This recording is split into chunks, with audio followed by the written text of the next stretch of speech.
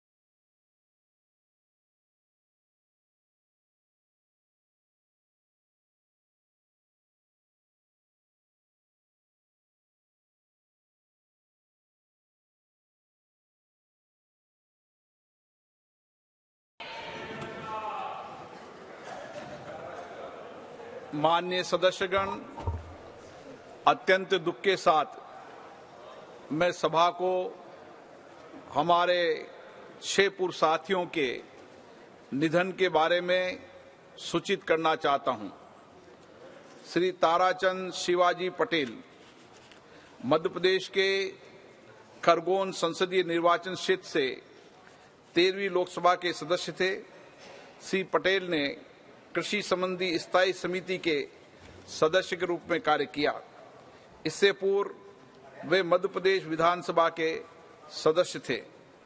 श्री ताराचंद शिवाजी पटेल का निधन 18 सितंबर 2023 को 81 वर्ष की आयु में खरगोन मध्य प्रदेश में हुआ। श्री विजय कुमार यादव बिहार के नालंदा संसदीय निर्वाचन क्षेत्र से 7वीं, 8वीं और 10वीं लोकसभा के सदस्य थे। श्री यादव ने अनुसूचित जातियों तथा अनुसूचित जनजातियों के कल्याण संबंधी समिति, अधीनस्थ विधान संबंधी समिति तथा विशेषाधिकार संबंधी समिति के सदस्य रूप में कार्य किया। उन्होंने बिहार विधानसभा के सदस्य के रूप में भी कार्य किया। श्री विजय कुमार यादव का निधन 23 सितंबर 2023 को 94 वर्ष की आयु में नालंदा, बिहार में हुआ। श्री सरताज सिंह चटवाल मध्य प्रदेश के होशंगाबाद संसदीय निर्वाचन क्षेत्र से 9वीं, 10वीं, 11वीं, 12वीं तथा 14वीं लोकसभा के सदस्य थे। श्री चटवाल ने केंद्रीय स्वास्थ्य और परिवार कल्याण मंत्री के रूप में कार्य किया। इनका दीर्घकालीन संसदीय अनुभव रहा। श्री चटवाल ने विभिन्न संसदीय समितियों के सदस्य के रूप में भी अपनी सेवाएं प्रदान की। श्री सरताज सिंह चटवाल का निधन दिनांक 12 अक्टूबर 2023 को 83 वर्ष की आयु में भोपाल, मध्य प्रदेश में हुआ। श्री प्रताप सिंह चौहान गुजरात के पंचमहल संसदीय निर्वाचन क्षेत्र से 15वीं और 16वीं लोकसभा के सदस्य थे। श्री चौहान विभिन्न संसदीय समितियों के सदस्य रहे। उन्होंने गुजरात सरकार में उपमंत्री और राज्य मंत्री के रूप में भी अपनी सेवाएं दी तथा वे 5 कार्यकाल तक गुजरात विधानसभा के सदस्य भी रहे। श्री प्रताप सिंह चौहान का निधन 26 अक्टूबर 2023 को 82 वर्ष की आयु में पंचमहल, गुजरात में हुआ। श्री DB चंद्रगौड़ा कर्नाटक के तत्कालीन चिकमंगलूर संसदीय निर्वाचन क्षेत्र से 5वीं और 6वीं लोकसभा तथा बेंगलोर उत्तर संसदीय निर्वाचन क्षेत्र से 15वीं लोकसभा के सदस्य थे। श्री चंद्रगौड़ा राज्यसभा के सदस्य भी रहे। श्री चंद्रगौड़ा ने विभिन्न संसदीय समितियों के सदस्य के रूप में काम किया। श्री चंद्रगौड़ा ने कर्नाटक विधानसभा के अध्यक्ष के रूप में भी कार्य किया। वे 3 कार्यकाल के लिए कर्नाटक विधानसभा के सदस्य तथा वे कर्नाटक विधान परिषद के सदस्य भी रहे। श्री चंद्रगौड़ा ने कर्नाटक सरकार में अनेक मंत्रालयों का कार्यभार संभाला तथा उन्होंने कर्नाटक विधानसभा और कर्नाटक विधान परिषद में नेता प्रतिपक्ष के रूप में भी कार्य किया। श्री DB चंद्रगौड़ा का निधन 7 नवंबर 2023 को 87 वर्ष की आयु में चिकमंगलूर, कर्नाटक में हुआ।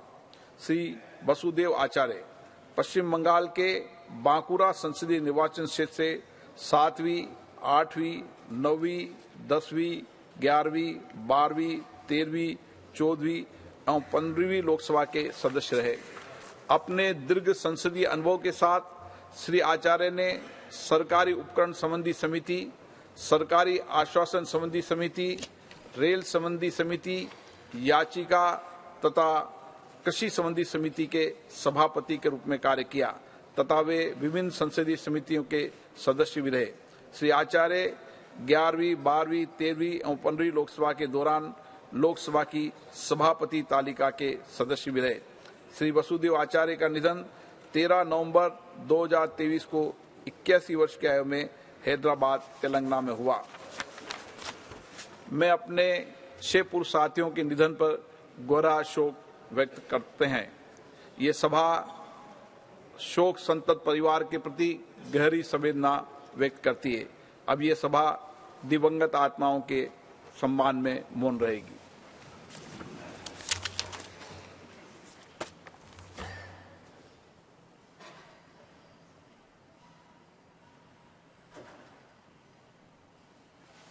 ओम शांति।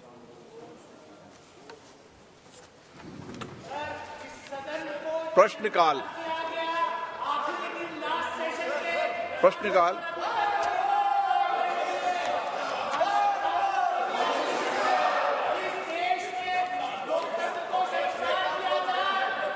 ये सर, ये प्लेकार्ड पहन के सर, ये जो श्री डैनिश अली जी आया है प्लेकार्ड के साथ, एक गलत है सर। प्लीज एक प्लेकार्ड तुरंत निकाल ले, हटा दे, नहीं तो उनका एक मिनट मान्य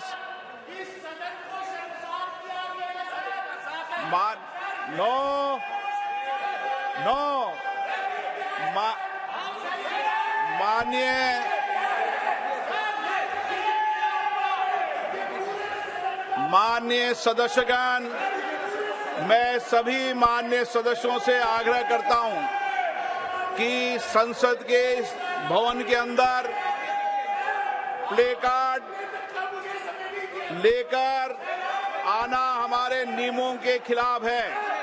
मैं फिर नियमों के तहत जो संसद में नियम बनाए उनके तहत आपको आग्रह करना चाहता हूं कि आप सदन से बाहर चले जाएं। मैं फिर आपसे बोल रहा हूं, सदन से बाहर चले जाएं और सदन से ये अपेक्षा करता हूं, मैं सदन से अपेक्षा करता हूं कि हम नए सत्र में शुरुआत कर रहे हैं, नए अनुभव से शुरुआत करें। मैं आपसे कह रहा हूं, आप सदन से बाहर चले जाएं। मैं आग्रह पूर्वक कह रहा हूं आपको, और सभी सदस्यों से भी आग्रह करना चाहता हूं, इधर से भी और उधर से भी, कि प्लीज नो, सदन में प्ले कार्ड नहीं चलेगा। आप अगर सदन चलाना नहीं चाहते तो सदन नहीं चलेगा, लेकिन ये तय है कि इस नए भवन के अंदर प्ले कार्ड नहीं चलेगा। सदन की कार्रवाई 12 बजे तक के लिए स्थगित की जाती है।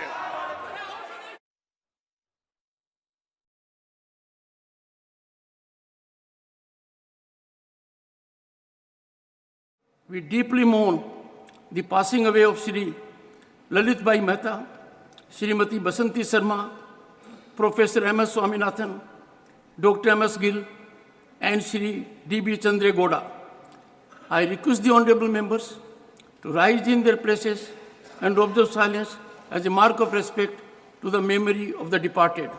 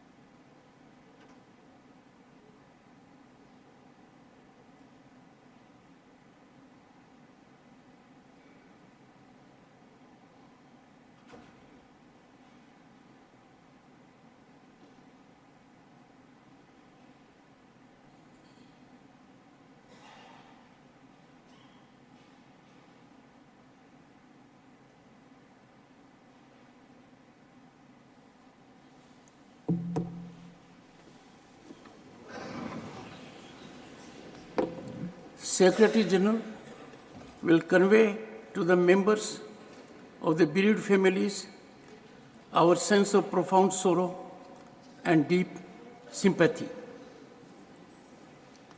Papers to be laid on the table. Secretary General. Kind permission, I rise to lay on the table a copy of the Constitution 128th Amendment Bill 2023, passed by the House of Parliament during 261st session of Rajya Sabha and assented to by the President. Sri Rao Sahib Dadarao Danve. सभापति महोदय, मैं आज की कार्यसूची में मेरे नाम के सामने क्रम संख्या 3 पर उल्लेखित कागजों को सभा पटल पर रखता हूँ। श्री कौशल किशोर जी, आपकी अनुमति से मैं आज की कार्यसूची में क्रम संख्या 4 पर मेरे नाम के समक्ष सूचीबद्ध कागजातों की एक एक प्रत हिंदी व अंग्रेजी में सभा पटल पर रखता हूँ। Shri V Muraleedharan. Respected Chairman, sir, with your permission, on behalf of my colleague Sri Ajay Bhattji, I rise to lay the papers listed against this list of business. Reports of the Department-related Parliamentary Standing Committee on Home Affairs, Sri Brajlal. Thank you, Chairman, sir. I rise to present the following 3 reports in English and Hindi of the Department-related Parliamentary Standing Committee on Home Affairs. Number 1, 246th report on Bharatiya Nyaya Samhita 2023. Second, 247th report on Bharatiya Nagarik Suraksha Samhita 2023 and 248th report on the Bharatiya Saksh Bill 2023. The reports were presented to the Honorable Chairman Rajya Sabha on 10th number 2023 when the House was not in session and forwarded to the Honorable Speaker Lok Sabha on the same day. Orders for the publication and circulation of the report were given by Honorable Chairman Rajya Sabha. Thank you, sir. Announcement. Honorable members, notices under Rule 267 received from Dr. John Britas, Sri P. Wilson, Sri Santosh Kumar P. and Sri Binoy Vishwam do not merit any admittance. Announcement 2. I have to inform honorable members that the panel of vice chairpersons has been reconstituted with effect from 4 December 2023 with the following honorable members. Shrimati Fulo Devi Netam, Shrimati S. Fognan Konyak, Shrimati Darshana Singh, Dr. Sonal Man Singh, Dr. Sasmit Patra, Sri V. Vijay Sai Reddy, Sri Sukhendu Sekhar Rai, and Sri Kartikesh Sharma. Announcement 3. I have to inform honorable members that a letter has been received from Dr. D. Virender Hegde, member stating that he is unable to attend the sittings of the current 262nd session of Rajya Sabha from 4th to 18 December 2023 due to his prior committed engagements. Does he have the permission of the House for remaining absent from 4th to 18 December 2023 during the current 262nd session of the Rajya Sabha? Permission to remain absent is granted. Honorable members, announcement number 4. Based on the recommendations of the Business Advisory Committee, a procedure is in place that members who wish to speak in a debate should give their names to the table office not later than 30 minutes prior to the commencement of a debate with the approval of their party leader or whip. The procedure is also brought to the notice of the honorable members through issuance of a para in the Parliamentary Bulletin Part 2 before the commencement of every session. However, honorable members, it has been observed that during the course of debates, requests are received from the members from various parties to participate in such debates, and at times without the approval of their party leader or whip. This practice causes difficulty in regulating the speaking time of parties as well as individual members. Honorable members are accordingly requested to kindly adhere to the stipulated procedure and send their names for participation in a debate at least 30 minutes prior to its commencement through their party leader or whip. Matters raised with permission.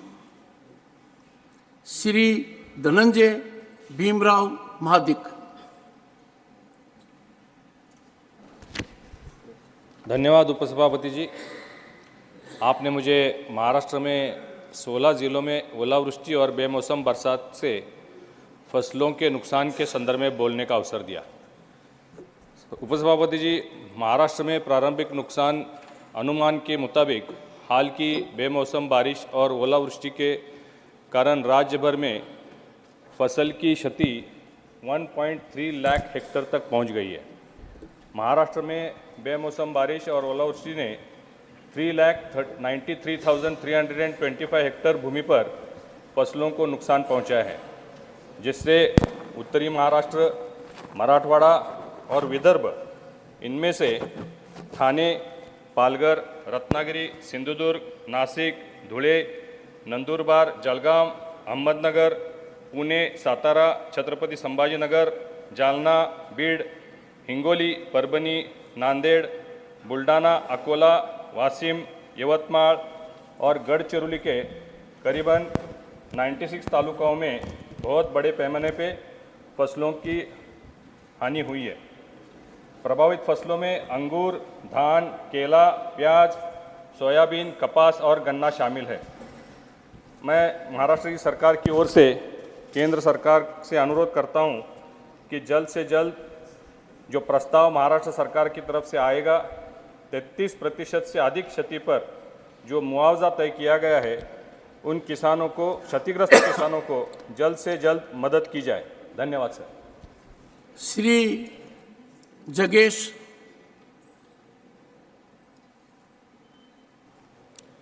Thank you, sir. I'll speak in my language. Print desk ಉದ್ಯೋಗಿಗಳಿಗೆ ಸ್ಥಳೀಯ ಭಾಷೆ ಮಾತನಾಡುವ ಸಿಬ್ಬಂದಿ ನೇಮಕಕ್ಕೆ ಬೇಡಿಕೆ. ಶ್ರೀ ನರೇಂದ್ರ ಮೋದಿಜಿಯವರು ಸಮರ್ಥ ನಾಯಕತ್ವದ ತಮ್ಮ ಸರ್ಕಾರ ಯಾವಾಗಲೂ ಪ್ರಾದೇಶಿಕ ಭಾಷೆಗಳನ್ನು ಪ್ರೋತ್ಸಾಹಿಸುತ್ತದೆ ಮತ್ತು ಅವುಗಳ ಒಟ್ಟಾರೆ ಬೆಳವಣಿಗೆಗೆ ಬದ್ಧವಾಗಿದೆ ಮತ್ತು ಹೆಚ್ಚಿನ ಭಾಷೆಗಳನ್ನು ಕಲಿಯಲು ಜನರಿಗೆ ಸಲಹೆ ನೀಡುತ್ತದೆ. ನಮ್ಮ ಗೌರವಾನ್ವಿತ ಹಣಕಾಸು ಮಂತ್ರಿಗಳು ಫ್ರಂಟ್ ಡೆಸ್ಕ್ ಕೆಲಸಗಳಿಗೆ ಸ್ಥಳೀಯ ಭಾಷೆ ಮಾತನಾಡುವ ಸಾಕಷ್ಟು ಸಿಬ್ಬಂದಿಯನ್ನು ನೇಮಿಸುವಂತೆ ಬ್ಯಾಂಕುಗಳಿಗೆ ಸೂಚಿಸುತ್ತಿರುವ ನಿರಂತರ ಪ್ರಯತ್ನವನ್ನು ನಾನು ಪ್ರಶಂಸಿಸುತ್ತೇನೆ. ಈ ಪ್ರಯತ್ನಗಳ ಹೊರತಾಗಿಯೂ ಬ್ಯಾಂಕುಗಳು, ಸಾರ್ವಜನಿಕ ವಲಯದ ಸಂಸ್ಥೆಗಳು ಮತ್ತು MNCಗಳು ಕರ್ನಾಟಕದಲ್ಲಿ ಸ್ಥಳೀಯ ಭಾಷೆ ಮಾತನಾಡದ ಜನರನ್ನು ಫ್ರಂಟ್ ಡೆಸ್ಕ್ ಉದ್ಯೋಗಿಗಳಿಗೆ ನೇಮಿಸಿಕೊಳ್ಳುವುದು ಮುಂದುವರಿಸಿದೆ. ಸ್ಥಳೀಯ ಜನರ ಮುಂಭಾಗದ ಮೇಜಿನ ಸಿಬ್ಬಂದಿಯೊಂದಿಗೆ ಸಂವಹನ ನಡೆಸುವುದು ತುಂಬ ಕಷ್ಟ ಮತ್ತು ಕೆಲವೊಮ್ಮೆ ಅವರು ತಮ್ಮ ಸ್ಥಳೀಯ ಭೂಮಿಯಲ್ಲಿ ಹೊರಗಿನವರು ಎಂದು ಭಾವಿಸುತ್ತಾರೆ. ಇಂತಹ ಸಣ್ಣ ಸಮಸ್ಯೆಗಳು ಕೆಲವೊಮ್ಮೆ ರಾಜ್ಯಗಳ ನಡುವೆ ಭಿನ್ನಾಭಿಪ್ರಾಯಗಳನ್ನು ಉಂಟು ಮಾಡುತ್ತವೆ ಮತ್ತು ವೈವಿಧ್ಯತೆಯ ಸೂಕ್ಷ್ಮ ವಿಷಯಗಳಿಗೆ ಬಂದಾಗ ಈ ಸಂಸ್ಥೆಗಳು ಹೆಚ್ಚು ಜಾಗರೂಕರಾಗಬೇಕು. ಆದ್ದರಿಂದ ವಿವಿಧತೆಯಲ್ಲಿ ಏಕತೆ ಎಂಬ ಮನೋಭಾವ ಎಲ್ಲರೂ ಗೌರವಿಸಬೇಕು. ಬೇರೆ ರಾಜ್ಯಗಳ ಜನರನ್ನು ನೇಮಿಸಿಕೊಳ್ಳಲು ನಾವು ಈ ಸಂಸ್ಥೆಗಳನ್ನು ವಿರೋಧಿಸುವುದಿಲ್ಲ. ಅವರು ಹಾಗೆ ಮಾಡಲು ಸ್ವತಂತ್ರರು. ಕರ್ನಾಟಕದ ಜನರು ಬಹಳ ವಿಶಾಲ ಮನಸ್ಸಿನವರು ಮತ್ತು ಇತರ ರಾಜ್ಯಗಳ ಎಲ್ಲ ಜನರನ್ನು ಹೃದಯದಿಂದ ಸ್ವಾಗತಿಸುತ್ತಾರೆ ಮತ್ತು ಯಾವಾಗಲೂ ಅವರು ತಮ್ಮ ಕುಟುಂಬದವರಂತೆ ನೋಡಿಕೊಳ್ಳುತ್ತಾರೆ. ಕನ್ನಡಿಗರು ತಮ್ಮ ಭಾಷೆಯನ್ನು ಎಂದಿಗೂ ಹೊರಗಿನವರ ಮೇಲೆ ಬಲವಂತಪಡಿಸುವುದಿಲ್ಲ. ಬದಲಿಗೆ ನಾವು ಯಾವಾಗಲೂ ಅವರ ಭಾಷೆಯಲ್ಲಿ ಮಾತನಾಡಲು ಪ್ರಯತ್ನಿಸುತ್ತೇವೆ. ಬೆಂಗಳೂರಿನಲ್ಲಿ ಪ್ರತಿಯೊಬ್ಬ ಕನ್ನಡಿಗ ಕನಿಷ್ಠ 5 ಭಾಷೆಗಳು ತಿಳಿದಿರುವುದು. ಇದೇ ಕಾರಣಕ್ಕೆ ಕನ್ನಡವನ್ನು ಹೊರತುಪಡಿಸಿ ನಾವು ತಮಿಳು, ತೆಲುಗು, ಇಂಗ್ಲೀಷು ಮತ್ತು ಹಿಂದಿ ಮಾತನಾಡುತ್ತೇವೆ. ಭಾಷೆಗಳನ್ನು ನಮ್ಮ ಮೇಲೆ ಹೇರಲು ಪ್ರಯತ್ನಿಸಬಾರದು ಎಂಬುದನ್ನು ಈ ಸಂಸ್ಥೆಗಳಿಂದ ನಾವು ನಿರೀಕ್ಷಿಸುತ್ತೇವೆ. ಇದು ಕೇವಲ ಕರ್ನಾಟಕದ ರಾಜ್ಯದ ವಿಚಾರವಲ್ಲ, ಪ್ರತಿ ರಾಜ್ಯಗಳಲ್ಲೂ ಫ್ರಂಟ್ ಡೆಸ್ಕ್ ಉದ್ಯೋಗಗಳ ಸ್ಥಳೀಯ ಭಾಷೆ ತಿಳಿದಿರುವ ಜನರನ್ನು ಮೀಸಲಿಡಬೇಕು. ಆದ್ದರಿಂದ ಈ ಸಂಸ್ಥೆಗಳು ವಿವಿಧ ರಾಜ್ಯಗಳಲ್ಲಿರುವ ಎಲ್ಲ ಶಾಖೆಗಳಲ್ಲಿ ರಾಜ್ಯ ಸರ್ಕಾರಗಳ ನಿಯಂತ್ರಣವನ್ನು ಹೊರತುಪಡಿಸಿ ಈ ಸಂಸ್ಥೆಗಳು ಫ್ರಂಟ್ ಡೆಸ್ಕ್ ಉದ್ಯೋಗಗಳ ಸ್ಥಳೀಯ ಭಾಷೆ ಮಾತನಾಡುವ ಸಿಬ್ಬಂದಿಗಳನ್ನು ನೇಮಿಸಬೇಕು. ಧನ್ಯವಾದ. धन्यवाद श्री जगेश जी. माननीय doctor Fauzia Khan. Deputy Chairman, sir. Sir, the steep increase in screen time in early childhood years has become a growing concern in India. The advantage that technology has in education, entertainment, and communication cannot be denied, sir. But it has been observed that very young children who are still in their early childhood years are spending more hours in front of screens than required. This has been found to have a negative impact on their various aspects of their personalities, their vision, their cognitive, their intellectual, emotional, social, and also physical development, sir. Most children are addicted to screens, with mobile phones playing the roles of babysitters in families. Sir, excessive screen time beyond approximately 1 hour daily links to behavioral problems and poorer vocabulary acquisition. The surge in screen-based technology usage among very young children has raised concerns about its impact on mental health and overall well-being. A study reveals a connection between increased screen exposure from 6 to 18 months of age and adverse outcomes including heightened emotional reactivity, aggression, externalizing behavior. Such addiction may also lead to attention deficit hyperactivity, which is called ADHD, sir, and low academic output. Additionally, findings suggest that elevated screen time at 4 years of age is linked to lower levels of emotional understanding at 6 years of age. These observations underscore the need for a balanced approach to technology use to safeguard the mental health of young children, sir. To address these concerns, a comprehensive strategy should be implemented. The development of a policy framework should prioritize setting permissible limits for screen time during educational activities as well. Parents need support in understanding the consequences and in managing the children's screen exposure, and this can be achieved through educational programs and resources that guide them on effective supervision. Additionally, sir, one more important point, workplaces should consider policies that enable parents to balance workloads and allocate dedicated time for their children, fostering a healthier balance between technology use and quality time in the family. Sir, this dual approach, combining educational reforms and supportive parental policies, aims to create a more conducive environment for the holistic development of children while acknowledging the role of technology in education. The greatest risk, sir, is that this increases the risk of online predators exploiting small children through child pornography and the like, sir. The government must therefore pay attention to this critical issue. Thank you, Fauziya ji. Very important issue. Mani Sri Sandosh Kumar P. Thank you, Deputy Chairman, sir. I take this opportunity to demand the immediate release of rupees 5,352 crores center aid to the state of Kerala. It's the genuine share of the people of Kerala, and it is not anybody's generosity. And this amount includes 790 crores of rupees in the form of UGC pay revision, another 700 crores rupees for paddy procurement, and for healthcare it is 220 crores. So altogether it is 5,350 crores. And the state of Kerala properly submitted all the documents and made certain changes which were suggested by the central government. But even now, this huge amount is due to the state of Kerala. So I take this opportunity once again to demand the immediate release of the same.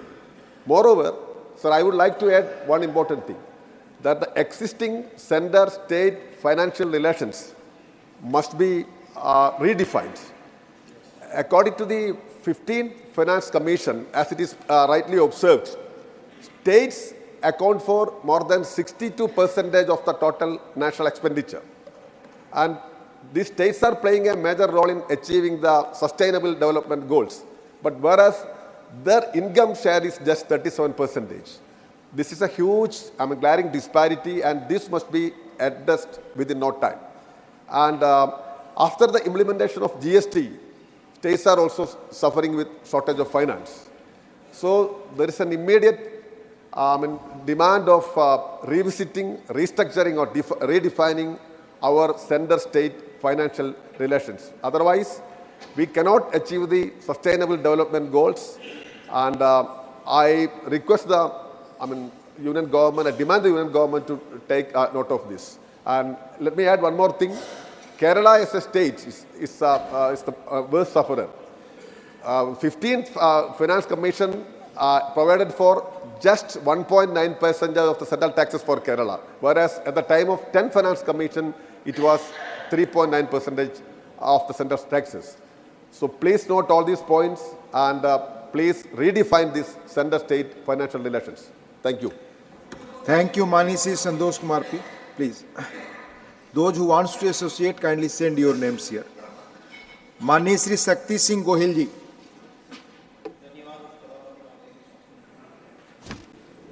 मैं एक गुजरात के मछुआरों का issue आपकी इजाज़त से उठाना चाहता हूँ। हमारा गुजरात का दरिया किनारा पाकिस्तान से सटा हुआ है। आज भी 156 मछुआरे पाकिस्तान की कैद में है। सर, पाकिस्तान का कानून कहता है कि अगर आपने गलती से बॉर्डर क्रॉस की है तो maximum imprisonment is for 3 years, 3 साल से ज़्यादा कैद में नहीं रख सकते हैं। पर 3 साल बीत जाने के बाद भी वो वहीं पे कैद में है। पाकिस्तान मरीन हमारी सरहद से हमारे मछुआरों को उठा के ले जाती है और जब फिशिंग बोट्स वहाँ रहती है उसके अंदर से सारे फुर्जे उठा लेते हैं, चुरा के ले जाते हैं। तो अगर वो फिशिंग बोट वापस भी आती है तो हमारे मछुआरों के किसी काम की नहीं रहती है। इसी को चलते हमने कुछ चीज़ें मांग थी उनकी, मनमोहन सिंह जी की सरकार थी, हम मिले और 3-4 चीज़ें की थी। मैं आपके ज़रिए सरकार से अनुरोध करना चाहता हूं कि उसको पुनः शुरू किया जाए। एक हमने शुरू करवाया था कि यहाँ मछुआरा का फैमिली अगर डाक भेजेगा, खत लिखेगा तो उसे कैद में मिलेगा और कैद से मछुआरा जो पाकिस्तान की कैद में है वो अपने फैमिली को खत लिख सकता था। वो शुरू हुआ था, इस सरकार के रेजिम में वो बंद हो गया है। एक परिवार का बंदा किसी दुश्मन देश की कैद में है और उसके हालचाल भी परिवार नहीं जान सके, आप उनकी मानसिकता समझ सकते हो। तो वो शुरू होना चाहिए। दूसरा हमने करवाया था, उस सरकार ने उस वक्त किया था कि जो भी मछुआरा फिशिंग बोट वहाँ गया और फिशिंग बोट वहाँ रख ली है तो उसके लोन की जो किस्तियाँ उसको रोक दिया जाता था और उसको सब्सिडी फिशिंग बोट के लिए दी जाती थी। वो भी आज शुरू नहीं है। तीसरी हमारी मांग थी और वहाँ पे हुआ था पर राशि बहुत कम है कि जो भी कमाने वाला जो है वो तो चला गया कैद में और जनरली ये फिशिंग बोट में परिवार के जितने भी मेल मेंबर्स या कमाने वाले होते हैं वो साथ में होते हैं, वो चले जाते हैं, इधर सिर्फ बच्चे और महिलाएं बचती हैं। तो उनको कुछ सब्सिडीज मिलनी चाहिए। उस वक्त की सरकार ने एक बहुत बड़ी राशि ट्रैकिंग सिस्टम के लिए दी थी कि जीपीएस दिया कि जिसे मछुआरे को भी पता चले कि मैं अगर बॉर्डर क्रॉस कर रहा हूं तो वो वापस रहेगा। ये इम्प्लीमेंटिंग एजेंसी गुजरात गवर्नमेंट थी। C&AG ने कहा कि भारत सरकार ने जो पैसे फिशरमैन की सेफ्टी के लिए दिए, जीपीएस सिस्टम के लिए, उसमें बहुत बड़ा भ्रष्टाचार हुआ है और इसी वजह से जीपीएस का सिस्टम चल ही नहीं रहा है।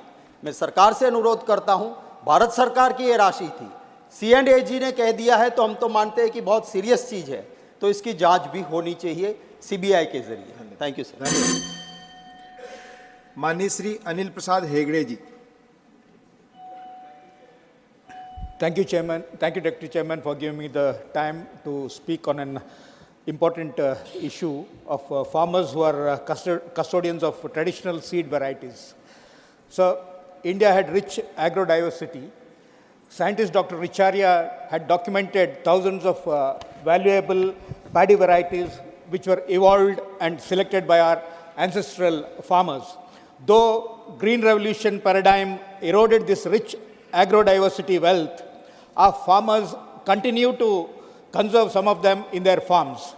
Despite great logistical hardships and financial hardships, these farmers are conserving thousands of varieties of different crops. Some have been recognized with the Genome Savior Award, which is a welcome recognition for their contribution. We also need to remember the role of women farmers. So, government needs to identify and support such, train them for maintaining genetic purity of seeds, characterization and cataloging under a scheme providing infrastructure facilities and stipends. Surely, government will agree with me, sir, that Desi seed varieties and the farmers who conserve them need support so that it can then become the basis for spread of organic and natural farming. Sir, while George Fernandes, who led an aggressive campaign against the signing of GATT and WTO treaty, who was an inspiration for me, I am proud that in 2009, when the regulator GEAC approved BT brinjal, it was again my party leader Nitish Kumar who opposed this. And the then Environment Minister, Mr. Jairam Ramesh, in 2010, ordered a moratorium on GM crops, which continues till the present government approved GM mustard last year, sir.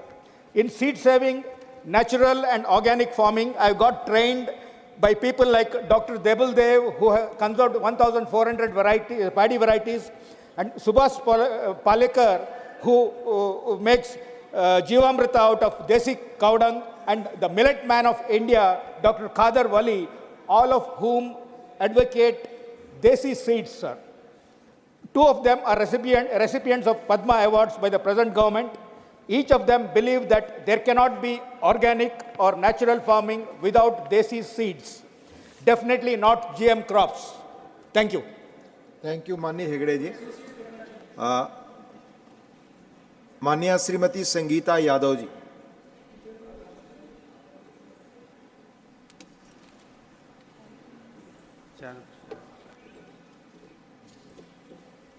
माननीय उपसभापति जी, आपने acid attack पीड़ितों की दुर्दशा के संबंध में मुझे बोलने का अवसर दिया, इसके लिए मैं आपको धन्यवाद देती हूँ। युवा लड़कियों और महिलाओं पर एसिड हमला समकालीन भारतीय समाज की एक बहुत ही गंभीर चिंता का विषय है। यह एक ऐसा विषय है जो महिलाओं के दर्द से पीड़ित है और मेरे लिए बहुत ही मायने रखता है। राष्ट्रीय अपराध रिकॉर्ड ब्यूरो के अनुसार भारत में पिछले 5 वर्षों में 1500 एसिड हमले हुए हैं। इस जघन्य अपराध से बचे लोग शारीरिक, मानसिक, सामाजिक और आर्थिक कठिनाइयों से भी पीड़ित हैं। वे आजीवन भेदभाव, कलंक और समाज से अलगाव का भी सामना करते हैं। वे पर्याप्त चिकित्सा देखभाल, कानूनी सहायता तक पहुंचने के लिए भी संघर्ष कर रहे हैं। कई महिलाएं अपनी चोटों और अक्षमताओं के कारण काम करने और आजीविका कमाने में भी असमर्थ हो चुके हैं। मैं सरकार से एसिड हमलों को रोकने और अपराधियों को दंडित करने के लिए तत्काल और प्रभावी कदम उठाने और लड़कियों और महिलाओं को व्यापक समर्थन एवं सहायता प्रदान करने का आग्रह करती हूँ। मैं ये भी निवेदन करती हूँ कि सरकार को यह सुनिश्चित करना चाहिए कि पीड़ितों को पर्याप्त मुआवजा मिले, मुफ्त चिकित्सा उपलब्ध हो, उनको कानूनी सहायता भी उपलब्ध कराई जाए, उनको शिक्षा, कौशल विकास और रोजगार के पर्याप्त अवसर भी मिले, साथ ही उनको सामाजिक सुरक्षा भी मिले और सामाजिक बदलाव के लिए भी हम कुछ अलग से प्रयास करें। सरकार से मैं ये भी निवेदन करती हूँ कि तेजाब हमलों के मामले पर 226 विधि आयोग की रिपोर्ट और उच्चतम न्यायालय के दिशा निर्देशों को भी हमें तत्काल प्रभाव से लागू करना चाहिए। धन्यवाद। धन्यवाद। माननीय श्री कनक मेदला रविंद्र कुमार जी।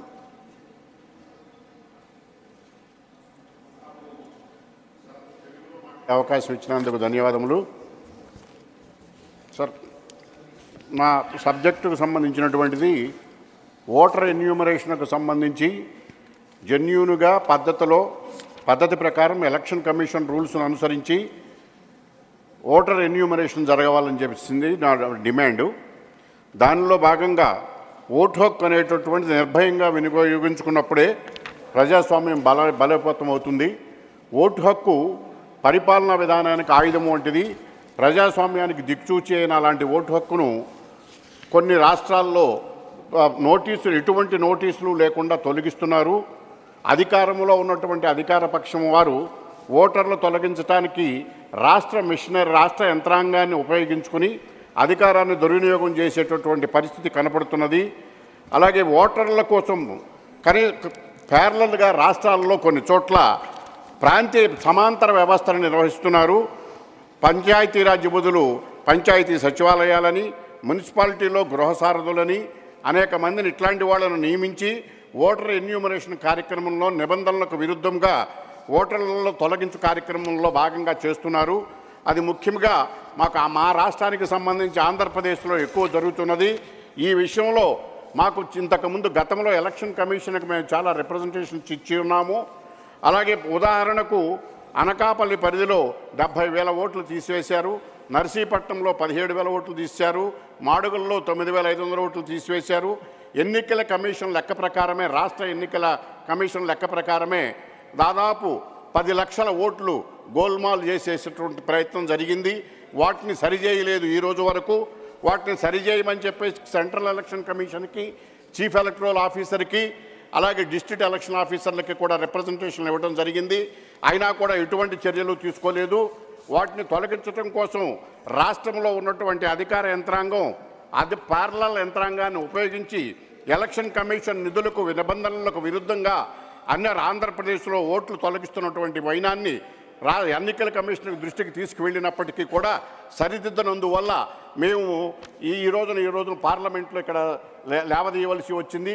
ప్రజాస్వామ్య పరిరక్షణకు వజ్రాయుధమైన ఓటు హక్కును పౌరులకు లేకుండా ఎన్నికల్లో దొడ్డిదారిని గెలవాలనేటువంటి ప్రయత్నంతో జరుగుతున్నటువంటి ఈ చర్యను మేము తీవ్రంగా ఖండిస్తూ మొత్తానికి ఎన్నికల కమిషన్ ఇప్పటికైనా దృష్టి పెట్టి మేము చెప్పిన అవకతవకలపైన వీటిపైన సరైనటువంటి చర్యలు తీసుకోవాలని, ఎలిజిబుల్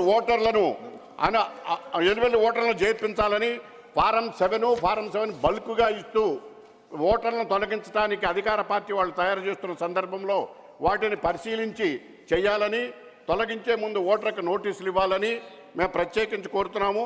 దీనిపైన రాష్ట్ర అధికార యంత్రాంగం దుర్వినియోగం చేస్తుంది కనుక వేరే రాష్ట్రాలను అధికారులను నియమించి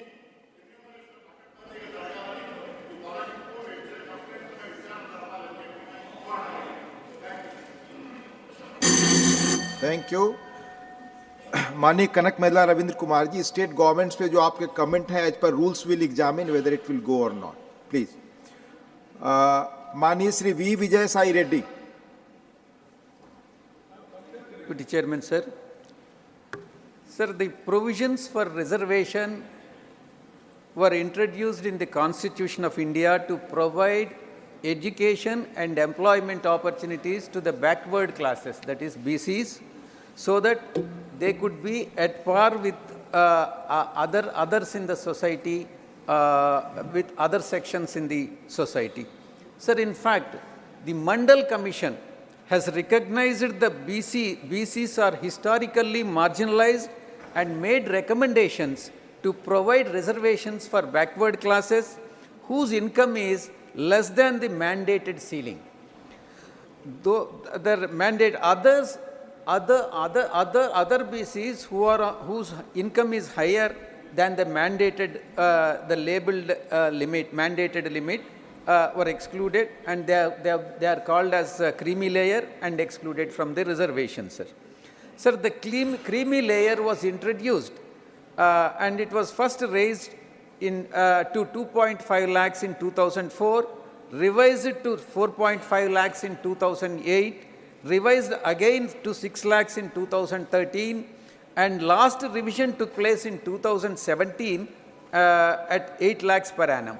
Sir, the enhancement is done to adjust for the inflation once in 3 years. However, the existing limit for creamy layer has not been revised for the last 6 years. During this time, the inflation increased manifold. Applying 3-year formula, the revision of creamy layer limit is twice overdue till now, sir. The delay in revising the creamy layer limit has denied the reservations to many needy and deserving backward classes, that is BCs. There is an urgent need to revise the income criteria. The Ministry of Social Justice also recommended increase the limit from present 8 lakhs to 12 lakhs of rupees. Therefore, I strongly urge the Union government to revise the creamy layer limit and ensure that 3-year interval of revising the creamy layer limit is strictly adhered to. This will ensure the true social equality for all BCs in the country. Thank you very much, sir. Thank you, Vijay Sai Reddy ji. Mani Shri M. Muhammad Abdullah.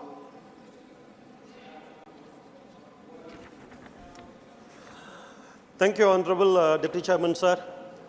This is my demand to reduce the beneficiary contribution of 10% while implementing Jal Jeevan Mission at villages with more than 50% of SC and or ST. Sir, the Jal Jeevan Mission, a program of this government, and a crucial step towards achieving the United Nations Substantial Development Goal 6, which aims to ensure access to water and sanitation for all. Sir, water is the basic necessary for any lives. The good governance should ensure that all the citizens in India are getting access to water and sanitation. As per the government press release, 60% of the rural households, that is out of 20 crore, and 11.66 crore rural households are connected through functional household tap connection, and remaining 40%, that is approximately 9 crore households, yet to be connected, sir. Sir, the recent problem in this scheme is the revised beneficiary contribution. While launching this scheme, it is mentioned villages having more than 50% ST and ST population, where community contribution would be 5% of the capital cost. Recently, the ministry has increased the community contribution to 10% of the capital cost, and earlier it was 5% only. This has posed a difficulty in implementing the scheme now. Honorable Deputy Chairman, sir, SC/ST population in our country are the most marginalized and economically weaker section. Good governance should empathize their situation and devise the scheme and guideline in favor of the citizens. Increasing the beneficiary contribution for the villages with 50% or more SC and ST households had reduced the interest of the people to avail this scheme, and no wonder this will be the bottleneck for this scheme implementation. Sir, I humbly request the Honorable Minister via this August House to take necessary steps to reduce the beneficiary contribution at these said villages down to 5% or nil. Thank you, sir. Thank you, Mani M. Muhammad Abdullah ji. Mani Shri Balveer Singh ji, Sant Balveer Singh ji.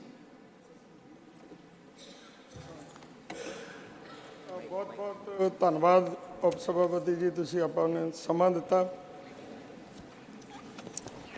ਸੋ ਅੱਜ ਅਸੀਂ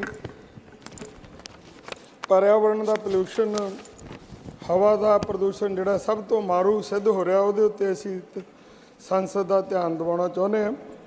ਸੋ ਗੁਰੂ ਨਾਨਕ ਪਾਤਸ਼ਾਹ ਨੇ ਅੱਜ ਤੋਂ 500 ਸਾਲ ਤੋਂ ਵੱਧ ਸਮਾਂ ਪਹਿਲਾਂ ਜੋ ਉਪਦੇਸ਼ ਦਿੱਤਾ ਸੀ, ਪਵਨ ਗੁਰੂ ਪਾਣੀ ਪਿਤਾ ਮਾਤਾ ਧਰਤ ਮਹੱਤ, ਦਿਵਸ ਰਾਤ ਦੋਇ ਦਾਈ ਦਾਇਆ ਖਿਲੇ ਸਗਲ ਜਗਤ।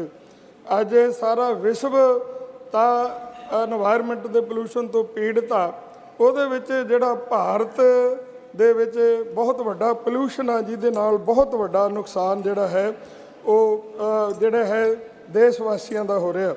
ਹਵਾ ਦੇ ਪ੍ਰਦੂਸ਼ਣ ਕਾਰਨ ਹਰ ਸਾਲ 21,08,000 ਮੌਤਾਂ ਜਿਹੜੀਆਂ ਹਵਾ ਦੇ ਪੋਲੂਸ਼ਨ ਕਰਕੇ ਹੋ ਜਾਂਦੀਆਂ, ਜਿਹੜੀ ਕਿ ਬਹੁਤ ਵੱਡੀ ਗਿਣਤੀ ਆ। ਇਹ ਇਸ ਹਵਾ ਦੇ ਪੋਲੂਸ਼ਨ ਦੇ ਕਾਰਨ ਜਿਹੜੀਆਂ ਹੋ ਰਹੀਆਂ ਮੌਤਾਂ। ਇਸ ਵੇਲੇ ਜੇਕਰ ਹਵਾ ਦੀ ਜੋ ਗੁਣਵੱਤਾ ਦੀ ਗੱਲ ਕਰੀਏ ਤੇ ਦਿੱਲੀ ਦੇ ਵਿੱਚ ਸਿਰਫ ਸਾਲ ਦੇ ਵਿੱਚ ਇੱਕ ਦਿਨ ਹਵਾ ਜਿਹੜੀ ਹੈ ਉਹ ਨਾਗਰਿਕਾਂ ਨੂੰ ਸ਼ੁੱਧ ਮਿਲੀ ਹੈ। ਬੰਬਈ ਦੇ ਵਿੱਚ 5 ਦਿਨ ਤੇ ਚੇਨਈ ਦੇ ਵਿੱਚ 15 ਦਿਨ ਸਾਫ਼ ਹਵਾ ਜਿਹੜੀ ਹੈ ਉਹ ਸਾਹ ਲੈਣ ਯੋਗ ਸੀ। ਬਾਕੀ ਸਾਰਾ ਪੋਲੂਸ਼ਨ ਦੇ ਨਾਲ ਜਿਹੜਾ ਹੈ ਸਾਰੇ ਅਸੀਂ ਮਾਰ ਚੱਲ ਰਹੇ ਹਾਂ।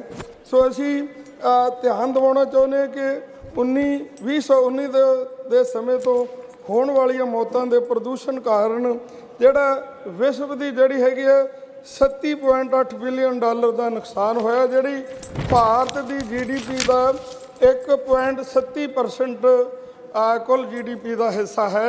ਬਹੁਤ ਵੱਡਾ ਨੁਕਸਾਨ ਜਿਹੜਾ ਹੈ 에ਅਰ ਪੋਲੂਸ਼ਨ ਦੇ ਨਾਲ ਹੋ ਰਿਹਾ। ਇਹ ਹੈਰਾਨੀ ਦੀ ਗੱਲ ਇਹ ਹੈ ਕਿ ਜਦੋਂ 에ਅਰ ਪੋਲੂਸ਼ਨ ਦੀ ਗੱਲ ਆਉਂਦੀ ਹੈ ਤੇ ਸਭ ਤੋਂ ਵੱਡਾ ਬਲੇਮ ਪੰਜਾਬ ਦੇ ਕਿਸਾਨਾਂ ਦੇ ਉੱਤੇ ਧਰ ਦਿੱਤਾ ਜਾਂਦਾ ਕਿ ਪੰਜਾਬ ਦੇ ਕਿਸਾਨ ਪਰਾਲੀ ਨੂੰ ਅੱਗ ਲਾਉਂਦੇ ਆ ਤਾਂ ਪੋਲੂਸ਼ਨ ਆ, ਜਦੋਂ ਕਿ ਪੰਜਾਬ ਦੇ ਪੋਲੂਸ਼ਨ ਦਾ ਲੈਵਲ ਥੱਲੇ ਹੁੰਦਾ ਤੇ ਦਿੱਲੀ ਦਾ ਪੋਲੂਸ਼ਨ ਜਿਹੜਾ ਹੈਗਾ ਹਾਈ ਲੈਵਲ ਤੇ ਹੁੰਦਾ। ਪਰ ਕੋਈ ਵੀ ਪੰਜਾਬ ਦਾ ਜਿਹੜਾ ਕਿਸਾਨ ਆ ਆਪਣੀ ਪਰਾਲੀ ਨੂੰ ਅੱਗ ਨਹੀਂ ਲਾਉਣਾ ਚਾਹੁੰਦਾ, ਕਿਉਂਕਿ ਹਰ ਕੋਈ ਪੋਲੂਸ਼ਨ ਤੋਂ, ਕਿਉਂਕਿ ਗੁਰੂ ਪਾਤਸ਼ਾਹ ਦਾ ਭੈ ਮੰਨਦੇ ਆ ਸਾਰੇ। ਪਰ ਅਫਸੋਸ ਹੈ ਕਿ ਪੰਜਾਬ ਸਰਕਾਰ ਨੇ ਪਿਛਲੇ ਸਾਲ ਇੱਕ ਸੈਂਟਰ ਸਰਕਾਰ ਨੂੰ ਸੁਝਾਅ ਦਿੱਤਾ ਸੀਗਾ ਕਿ ਜੇਕਰ ਇਹਨਾਂ ਕਿਸਾਨਾਂ ਦੀ ਆਰਥਿਕ ਮਦਦ ਕੀਤੀ ਜਾਵੇ ਤੇ ਇਹ ਜਿਹੜਾ ਹੈ ਪਰਾਲੀ ਦੀ ਅੱਗ ਨੂੰ ਜਿਹੜੀ ਲੱਗ ਰਹੀ ਹੈ ਇਹਨੂੰ ਰੋਕਿਆ ਜਿਹੜਾ ਹੈ।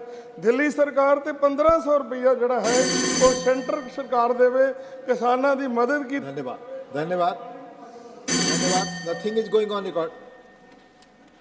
माननीय संत बलवीर जी 3 महीने का 3 मिनट का ही है ये 0 आवर, तो 3 मिनट, इसलिए उससे अधिक आप बोलेंगे तो रिकॉर्ड पे नहीं जाएगा। प्लीज माननीय honourable Shri P. Wilson. Sir, there is an attempt to thrust the Uniform Civil Code by the Union government on the people of this country. The Uniform Civil Code proposes a unified set of personal laws applicable to all religions, which would govern marriage, divorce, inheritance, and adoption. If the UCC is implemented, the current separate laws for Hindus, Muslims, Christians, Parsis, Zoroastrians, Sikhs would be replaced by a common law. The question is whether the Union government is thinking of obliterating customs of all religions and kill secularism. India is a remarkably diverse country encompassing a wide range of religious, cultural, and linguistic variations. Within Hinduism, numerous subcultures exist, each distinguished by its individual identity, traditions, and customs. Imposing a single set of personal laws on all religions, subsects, and denominations could potentially erode their distinctiveness and rich diversity. Sir, the first casualty of UCC would be the Hindu tribes, especially from states like Assam, Nagaland, Mizoram, Meghalaya, Tripura, Manipur, Arunachal Pradesh, Goa, Karnataka, who have a unique customs and traditions, who are all protected by Article 371, A to H of Constitution, and the UCC would destroy these constitutional guarantees. The second casualty is freedom of religion, guaranteed by Article 25 of the Indian Constitution, not only for minorities, but also for the majority religion. Additionally, Article 29, which protects the rights of the minorities to preserve and protect their distinct culture, will erode the unique culture and traditions of minorities. Thirdly, UCC would affect the advantages given to the Hindu undivided family in property and taxation laws. Most religious treat marriages as a holy sacrament. UCC will reduce it to a civil transaction like property transaction and will destroy the sanctity of these sacraments. Tying a thali or mangalsutra or taking 7 steps around the fire or performing Sirdhartha self-respect marriages introduced by Peraranger Anna will be wiped out by UCC. Already the 21st Law Commission, after 2 years of consultation, recommended not to bring UCC. The Constituent Assembly itself assured while enacting Article 44 that unless there is a consensus by all citizens of this country, the Uniform Civil Code should not be implemented. I would like to urge the Honourable Prime Minister through this August House that instead of thrusting a Uniform Civil Code that wipes out customs, we should adopt a rights-based approach to bring in equal rights for women, children and disadvantaged groups by encouraging dialogues, understanding and bring in gradual reforms within communities through social engineering to weed out undesirable practices. It is through these means that we can strike a balance between individual rights, freedoms and communal harmony. I thank the Deputy Chairman for giving me this opportunity. Sir, you should listen to us than shouting, sir. Thank you. Please, no. Manishri Dr. V. Sivadasan. Dr. V. Sivadasan, please. Please, nothing is going on record. Sir, please. Javakarji, please. Please. Manishri V. Sivadasan, please. Respected Chair, the painful incident has occurred in Silkyara. You have to speak for tunnel. 2 minutes because Mr. Sri Ajay Pratap Singh, Honorable MP Associate. Sir, I am not here. Please speak for 2 minutes because Honorable Sri Ajay Pratap Singh will associate for 1 minute on the same issue. Sir, yes, there is time, sir. Sir, the Silkyara tunnel incident, that is a very painful incident, sir. There, all security measures and the rule and norms are violated in that area. The company has violated, sir. Why this sad incident was happened? What was the inquiry report after the incident? Sir, this was not in the first time in that area. Earlier, 17 times it was reported. The workers already told that. So, the transparent inquiry, the fair inquiry is very necessary there. Sir, the entire world, in that day, 17 days, the 41 persons, 41 workers, they were in the tunnel. Sir, entire world was watched the incident. In that Silkyara tunnel, the security violations, lot of violations are there, sir. There was no safety exist. Basically, the plan it was there, but really it was not there, sir. Then another thing, sir, the escape route was planned, but it was not it was not executed, sir. No trench gauges or safe tubes were not there, sir. Workers working in unprotected parts of the trench, so it should be ensured.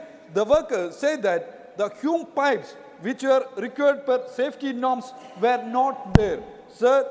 This gross negligence of the part of the company, it should be ensured. We should be, sir, please. 59 Honorable seconds. Ajay Pratap Singh will associate on the same issue. Sir, Honorable Ajay Pratap Singh, please, on the same issue for 1 minute. Please. आप लोग please, आपको मालूम है कि जो associate करते हैं उन्हें 1 मिनट और जो मुख्य बोलने वाले होते हैं उन्हें 2 मिनट सेम इशू पर. This has been the practice. Please, yes, on the same time, same issue, 3 minutes. Please आप बोलें. माननीय उपसभापति महोदय, हमारे साथी पी शिवदासन जी ने जिस विषय का उल्लेख किया है उस विषय के संदर्भ में उनका अपना दृष्टिकोण हो सकता है, उनके अपने विचार हो सकते हैं, लेकिन मैं सदन को स्मरण कराना चाहता हूं कि जब हमारे प्रधानमंत्री आदरणीय श्री नरेंद्र मोदी जी ने इस सदन में पहले दिन पहला कदम रखा था तो उन्होंने कहा था कि उनकी सरकार गरीबों को समर्पित सरकार होगी, और इस घटना ने यह दिखा दिया है कि माननीय प्रधानमंत्री जो कहते हैं उसको चरितार्थ करते हैं. माननीय प्रधानमंत्री महोदय को, माननीय उत्तराखंड के मुख्यमंत्री महोदय को, general retired Shri VK Singh ji को और इस बचाव कार्य से जुड़े हुए सभी तकनीकविद, सभी सलाहकार, सभी रैट माइनर्स और सभी पक्षों को मैं बधाई देता हूं, धन्यवाद देता हूं कि उन्होंने बड़ी सूझबूझ के साथ इस बचाव कार्य को संपन्न कराया है और सारे 41 मजदूरों को सुरक्षित बाहर निकाला है. Please. Honourable Shri A D Singh, honourable A D Singh, honourable A D Singh, honourable A D Singh, माननीय एब्सेंट, माननीय श्री अयोध्या रामी रेड्डी, माननीय श्री अयोध्या रामी, माननीय AD Singh, please. Priyanka ji, please sit. आपका नाम नहीं है लिस्ट में. It's not accepted. It is not going on record. No. माननीय AD Singh, you speak. That will go on record. आप बोले. बोले, आप बोले. The National Green... Please, Manisri A.D. Singh ji, please speak. The National Green Tribunal in 2014 banned all diesel vehicles. Please, nothing is going on record. Sri A.D. Singh ji, please. The Priyanka National ji, Green do not Tribunal obstruct. 2004 banned Please, all diesel your name vehicles is not here. Please. older than 10 years and petrol ones older than 15 years. The ministry has also issued a notification in 2023 for deregistration and scrapping all vehicles owned by the central and state government that do not comply with NGT order. Delhi government has issued orders for deregistration and scrapping vessels. Further, we know that older vessels are at risk to road safety, consumes more fuel and pollute the environment. To tackle the problem, the government has come out with a vehicle scrapping policy. Under this scheme, the persons opting for scrapping the vessels get incentive in the form of reduced registration fee and road taxes besides the incentives from the auto industry. As per government estimate, at present there are more than 1 crore vehicles that are required to be deregistered and scrapped across the country, for which government has approved 70 registered vehicle scrapping facility, out of which 38 are operational. However, the situation on the ground level, particularly in NCR, is totally different. There are lakhs of vehicles, including government vehicles plying which have reached the 10 years diesel and 15 years 10 years petrol and 15 years diesel mark, adding to the cause of pollution. The whole purpose of NGT order and the government efforts are defeated by this omission on the part of the concerned department to take action. It is high time that all end-of-life vehicles should be deregistered and scrapped. Thank you. Thank you. Please, Manya Priyanka ji, your issue is a state subject. It has been not allowed. Please, it's not going on record. Please. Manya Shri Ajodhya Rami Reddy, not present. Shri Niranjan Vishi, Honorable Shri Niranjan Vishi, not present. Honorable Shri Vaiko, yes, you have given your issue. It's on concern for frequent attacks and arrest of Indian fishermen by Sri Lanka Navy. You have given a subject for... Please. Sri Vaiko, please. You do not want to speak? So, Honorable Sri Alaram Karim ji, your issue is there. Mani Sri Alaram Karim, need to increase share of central government in various important government schemes like PMAY, etc. Please. Sir, Mr. Chairman, sir. I have submitted Please, an important issue related with the financial position of Kerala. My colleague Santosh presented here that matter. With the development activities and other things, Kerala is facing acute shortage of finance. Sir, we request the Government of India to revisit the Financial Commission's definitions and the principle of fund allocations. Now, our borrowing limit is drastically reduced. And some public sector companies, those who have taken loan for their purpose, it is also calculated as state borrowing. Sir, that is a unfair practice. So far, such attitude was not taken against any state. Government of India's public sector, certain departments, particularly National Highway Authority, has taken huge loan. It is not calculated as the loan of Government of India. So these principles are to be revisited. And also the amount spent by the state towards land acquisition for National Highway, that is also taken by, borrowed by the KIFBI, a company constituted by the company. It is also calculated as a state borrowing. That is to be exempted from that calculation. And the decision... Question hour now. Question hour. Honorable members, the multimedia devices, MMDs, may not display the list of questions due to some technical glitch. Though it will be resolved very soon, the mics of honorable members may be switched off for a moment to reboot the system. Honorable members may kindly bear with the inconvenience.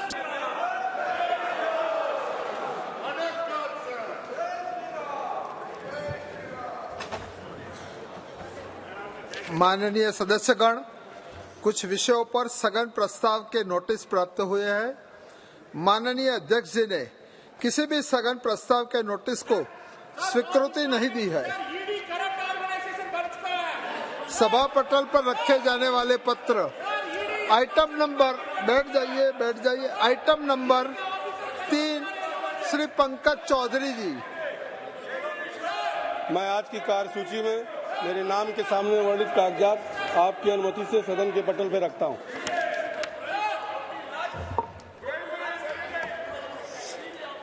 Item number 4 doctor Subhash सरकार जी। आपकी अनुमति से आज की कार्यसूची की क्रम संख्या 4 पर मेरे नाम के सामने उल्लिखित दस्तावेजों को मैं सभा पटल पर रखता हूं। नमस्कार। Item number 6 Shri Nishikant Dubey ji. सभापति महोदय, मैं गृह कार्य संबंधी अस्थायी समिति के निम्नलिखित 3 प्रतिवेदनों की एक प्रति हिंदी और अंग्रेजी सभा पटल पर रखता हूं। पहला, भारतीय न्याय संहिता 2023 के संबंध में 246वां प्रतिवेदन, भारतीय नागरिक सुरक्षा संहिता 2023 के संबंध में 247वां प्रतिवेदन और तीसरा, भारतीय साक्ष्य विधेयक 2023 के संबंध में 248वां प्रतिवेदन। सभापति महोदय, प्रतिवेदन 10 नवंबर 2023 को माननीय सभापति राज्यसभा को प्रस्तुत किए गए थे, जब सभा सत्र में नहीं चल रहा था, और उसी दिन माननीय अध्यक्ष लोकसभा को भेज दिया गया था। प्रतिवेदनों के प्रकाशन और प्रसार के आदेश माननीय सभापति राज्यसभा द्वारा दिए गए हैं। Thank you. धन्यवाद। आइटम नंबर 7 श्री धर्मेंद्र प्रधान जी। अध्यक्ष महोदय, आपकी अनुमति से मैं आज की कार्यसूची में क्रमांक 7 में अपने नाम के सामने उल्लेखित केंद्रीय विश्वविद्यालय अधिनियम 2009 में संशोधन करने के लिए एक विधेयक पेश करने की अनुमति देने का अनुरोध करता हूं। प्रश्न यह है कि विधेयक को पुरस्स्थापित करने की अनुमति प्रदान की जाए। जो सदस्य उसके पक्ष में है वो हाँ कहे, जो सदस्य इसके विरोध में है वो ना कहे। मेरे विचार में निर्णय हाँ वालों के पक्ष में हुआ, हाँ वालों के पक्ष में हुआ। माननीय मंत्री जी विधेयक को पुरस्स्थापित करेंगे। इंट्रोड्यूस। शून्यकाल क्रम 1 Shri Vaithilingam V INC। Next 2 Shri Chandrashekhar Sahu BJD।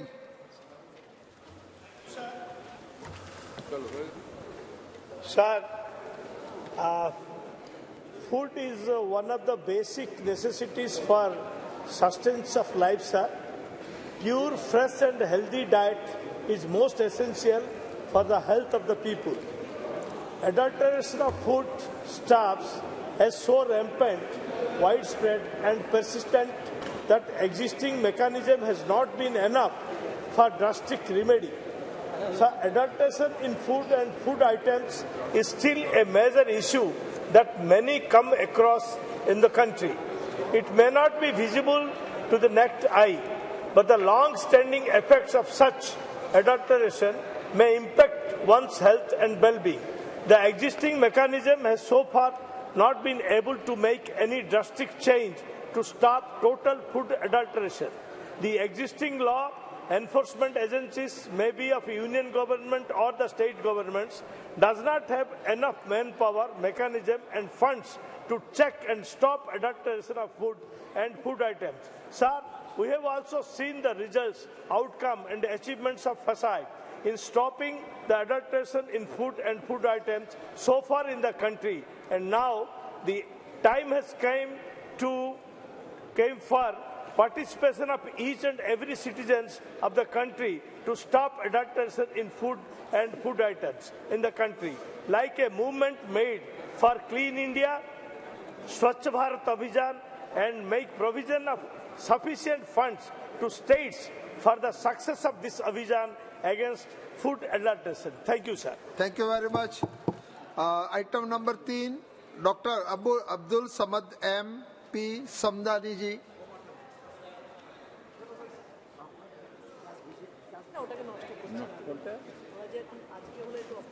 This is to draw the attention of this government through you, sir, through this August House, to certain very serious difficulties faced by the people in connection with the ongoing development work of National Highway 66, especially in my constituency, sir.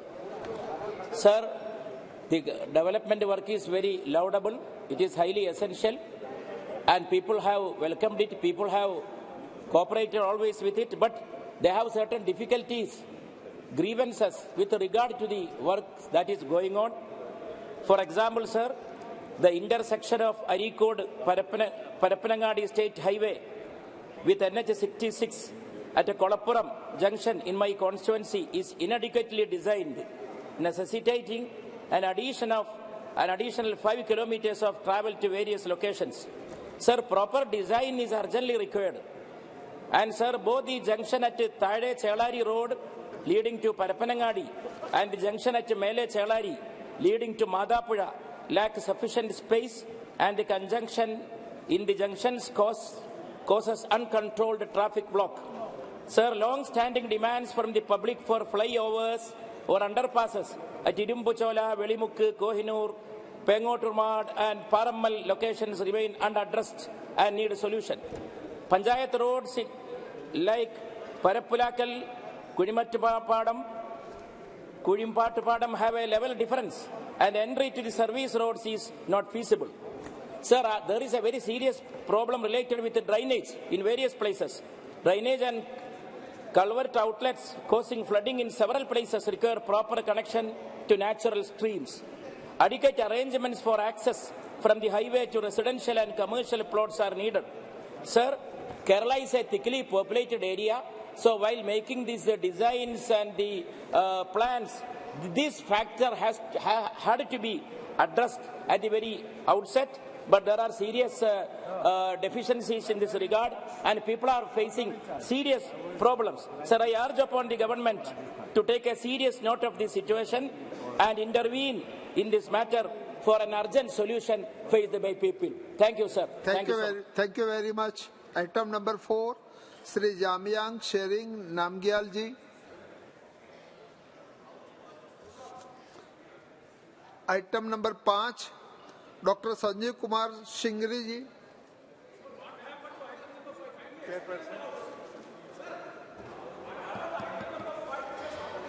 Thank you, Honorable Chairperson, for giving me this opportunity to raise the matter of urgent public importance in this August House. Sir, this is regarding reclassification of Kurnool city of Andhra Pradesh as a Y category city for the purpose of calculating HRA to central government employees. Kindly बैठ जाइए. Take your place. There are about 1,000 central government employees in and around Kurnool city who are serving the nation with dedication. आप बैठ जाइए. Sir, they are the employees of Ministry of Railways, employees of Department of BSNL, Department of Post under the Ministry of Communications, employees of Income Tax Department under the Central Board of Direct Taxes, Central Excise Department and Customs Department under the Central Board of Indirect Taxes and Customs, Central Bureau of Investigation under the Ministry of Personnel, Pension and Public Grievances, Archaeological Survey of India under the Ministry of Culture, India Meteorological Department under the Ministry of Health, Earth Sciences, and Kendriya Vidyalaya Sangathan under the Ministry of Education. Sir, there is a long pending demand for enhancement of HRA from 8% to 16%. This is a legitimate desire and right of the people. Sir, natural justice should prevail, which means that the government should fulfill their reasonable demand. This is a legitimate demand because Kurnool city has a population of 5.7 lakhs and the city has surpassed the 5 lakhs mark 5 years back. The issue is kept pending for want of new population census, which was due in 2021. Census could not be conducted due to various reasons, one of which was COVID crisis. Sir, we know that all government schemes are designed as per the projected population figures. Likewise, enhancing HRA based on projected population figures is very much reasonable and justifiable. As per the 7th Central Pay Commission, the CCI classification of Indian cities was abolished in 2008 and new classification of XYZ categories came into force. We have 8 X category cities wherein population is more than 50 lakhs. In 2011, 2 cities were upgraded from Y to X category. We have 97 Y category cities wherein population is more than 5 lakhs. In 2014, 21 cities were upgraded from Z category to Y category. Sir, Kurnool city has a population of 5.7 lakhs as certified by local municipal authorities and revenue authorities. So Kurnool deserves to be upgraded from Z category to Y category.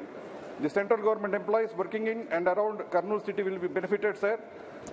Their HRA will be enhanced from present 8% to 16%. Sir, this justifiable demand of central government employees may be honored on humanitarian grounds.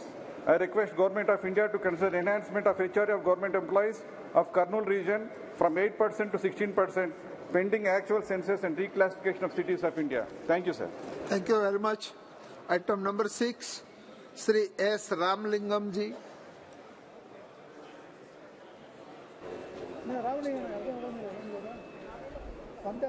Item number 7, Shrimati Supriya Sadanand Sule ji. Sir, मेरे निर्वाचन क्षेत्र हाँ. Shri item number 6, Shri Ramalingam ji.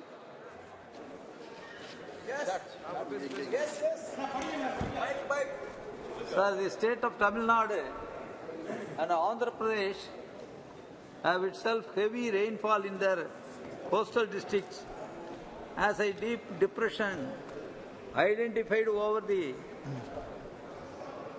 Bay of Bengal, moving northwest and evolved into a cyclone system. It is expected that winds may touch with the maximum sustained speed of 90 to 110 km. In this context, it is important to highlight the state government in Tamil Nadu has taken adequate necessary steps.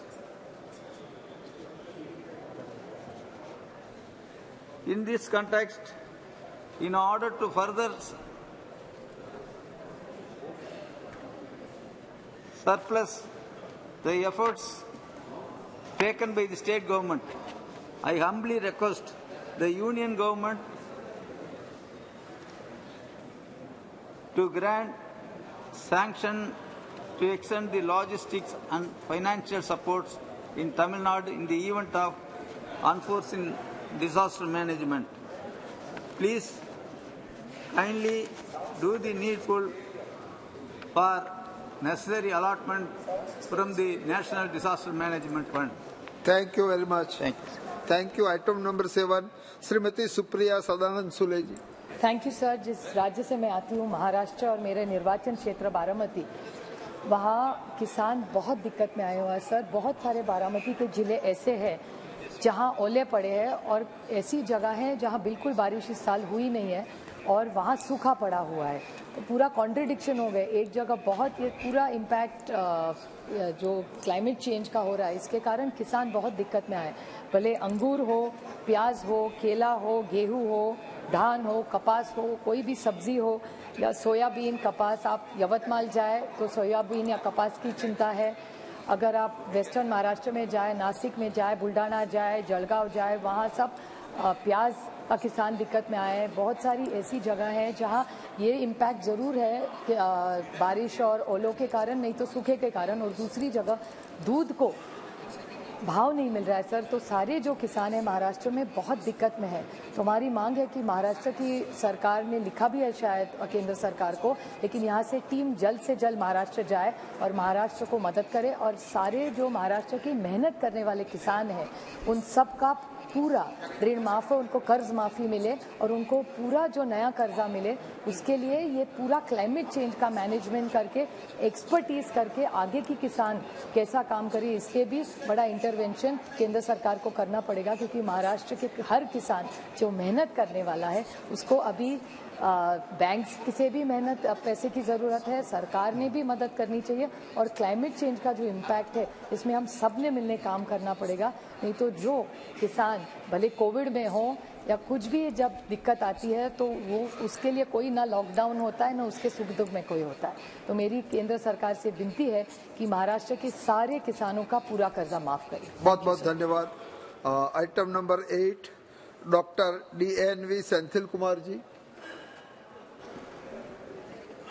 Vanakkam, Chairperson. Sir, regarding new railway line, which is a 75-year demand for the people of my constituency, Dharmapuri, connectivity between Morapur and Dharmapuri, which gives connectivity to Chennai. I'd like to thank the Union Railway Minister for having allocated 100 crores and started the railway network program. Sir, now there is land compensation and acquisition work going on, but there is a small problem in two places where there is land acquisition. One is Mukunur, which is a marginalized society living over there. There are around 300 families over there which demand that the houses and the agricultural land will be taken off once the railway project comes to it.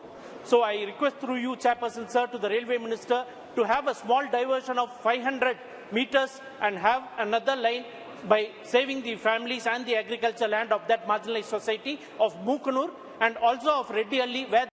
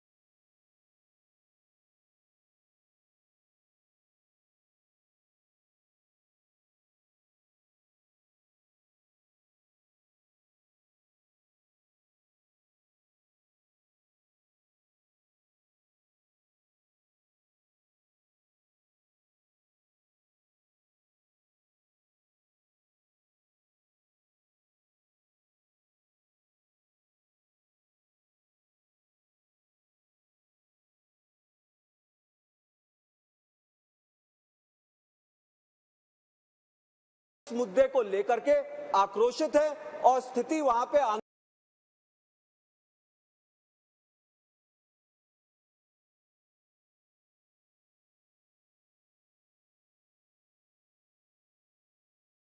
माननीय मंत्री जी से ये मांग करना चाहता हूं कि किसानों के आक्रोश को देखते हुए भूमि अधिग्रहण कानून में उचित तब्दीलियां लाई जाए ताकि वहां के लोगों को, अंबेडकर नगर के किसानों को सही रूप से मार्केट रेट पे पैसा दिया जा सके।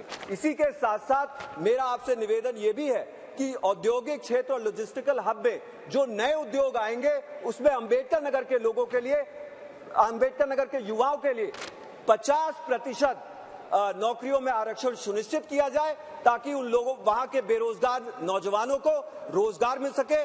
मैं आपके माध्यम से माननीय मंत्री जी का ध्यान इस अत्यंत ही इंपॉर्टेंट इशू पर केंद्रित करवाना चाहता हूं। आपने मुझे बोलने का अवसर दिया, बहुत बहुत धन्यवाद। बहुत बहुत धन्यवाद।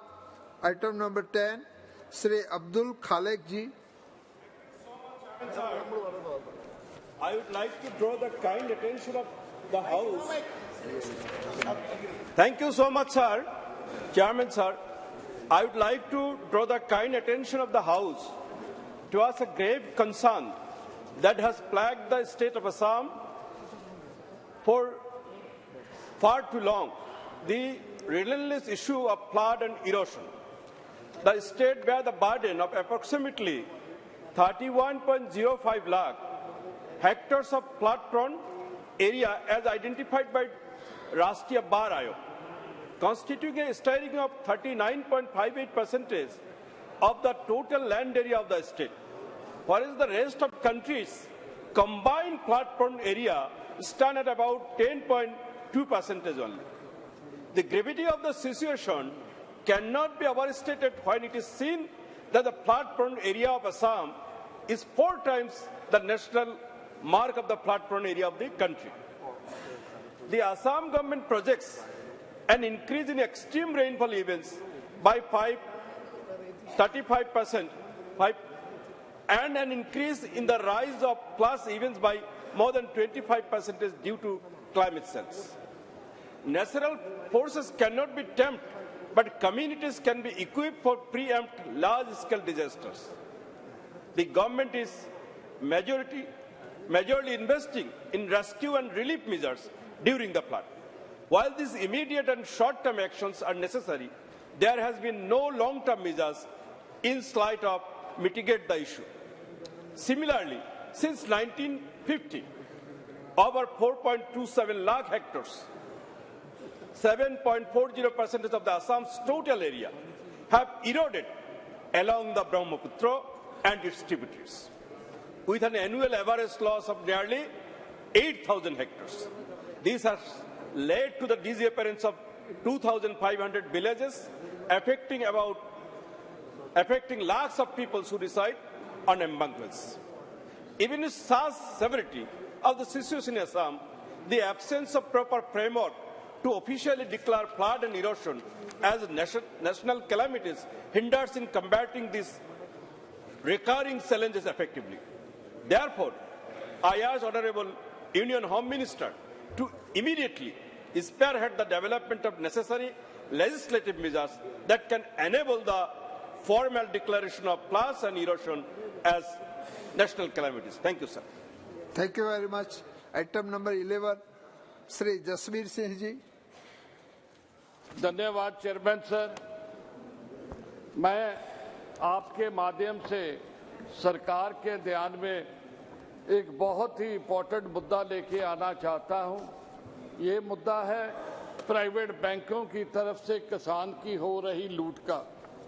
सर, अगर कोई भी आदमी कार का लोन लेता है तो उसको 7.8% से 10% तक उससे ब्याज दिया जाता है। अगर कोई भी बिजनेस के लिए, कमर्शियल एक्टिविटी के लिए अगर कर्जा लेता है उसे 7.25% टू 9% लोन लिया जाता है सर। जो दूसरे हाउसिंग लोन है 8.5 से 9.5% उससे ब्याज दिया जाता है। सर, हैरानी वाली बात है कि अगर किसान अपनी लिमिट बनाता है खेती करने के लिए उससे 15% ब्याज लिया जाता है। सर, इससे भी आगे अगर आप कोई नया ट्रैक्टर लेते हो, आप कंबाइन लेते हो, जहां कोई भी किसान फार्म इक्विपमेंट लेता है तो आप हैरान रह जाएंगे 22% तक प्राइवेट बैंक जो उस पर ब्याज वसूलते हैं सर। सर, कैसे किसान ये इतना ब्याज दे पाएगा? इसको रैशनलाइज करना चाहिए। ये केवल मेरा नहीं या अपोजिशन का नहीं, ये हमारा सभी का मुद्दा है। मैं माननीय मंत्री जी से गुजारिश करूंगा कि बैंकों को जो किसान के साथ ये लूट हो रही है इससे रोका जाए।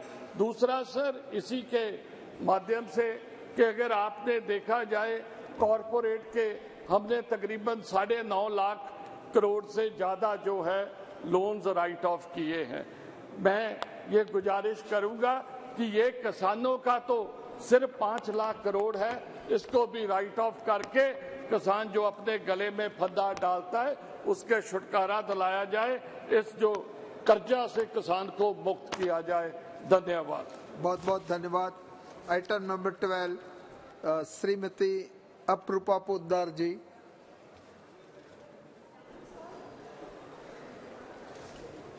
Thank you, sir, for giving me this opportunity, sir. Through you, I would like to draw the attention of this government that towards the vacancies position for the SC, STs and the other backward classes by the Union government. Through the data provided by the Ministry of Railways and Education, it is evident that we are far behind in fulfilling our commitment towards the inclusion and equality towards the society. In the Indian Railways alone, there exist 86,211 vacancies for scheduled caste, scheduled tribe and other backward classes.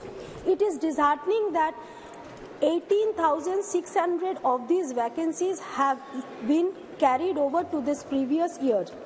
Even the parallel pattern is even witnessed in the central universities, where 46% of the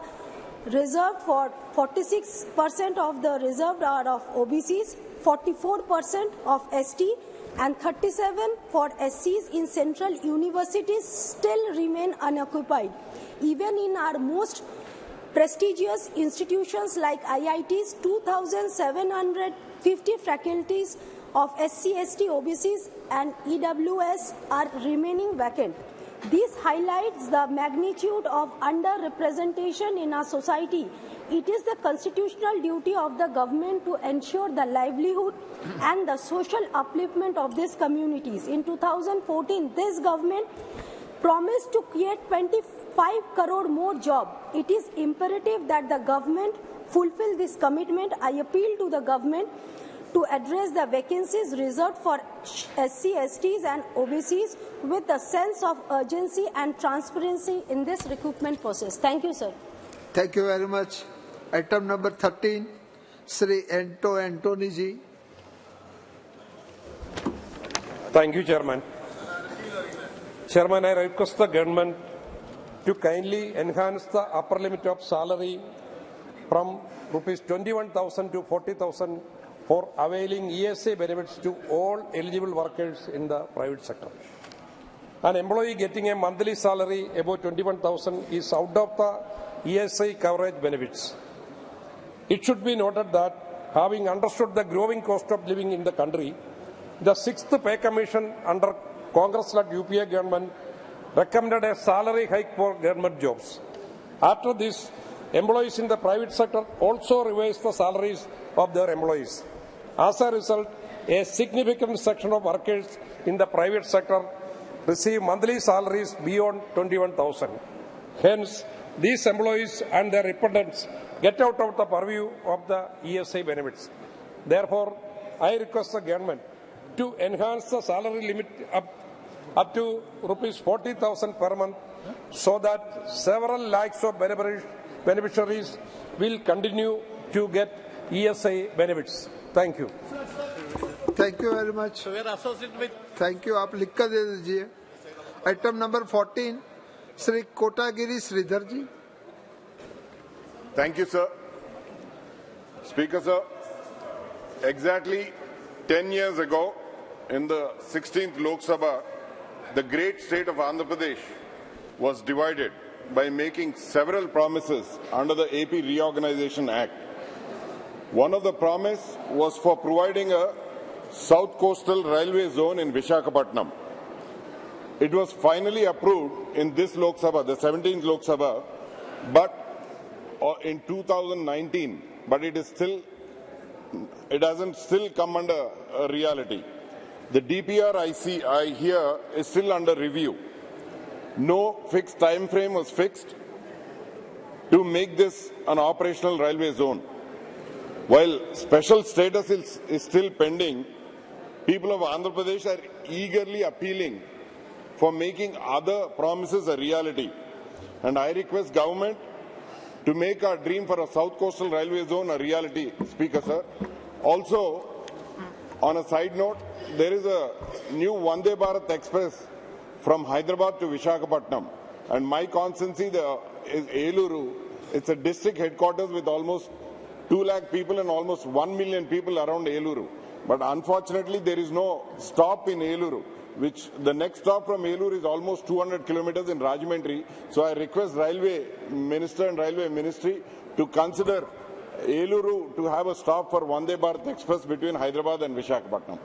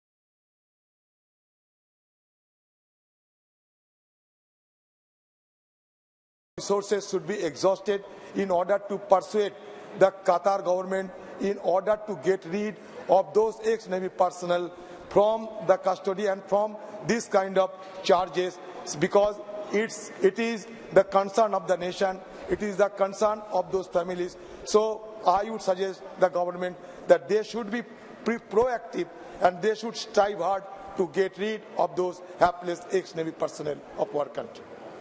Thank you. Sri Suresh Kodikunil ji. Sir, the famous and well-known agriculture scientist, Dr. M.S. Swaminathan, Padma Vibhushan Dr. M.S. Swaminathan, passed away 3 months back in Chennai. Sir, the country is very much aware that Dr. M.S. Swaminathan's contribution in our agriculture sector, as well as the self-sufficient of the food security.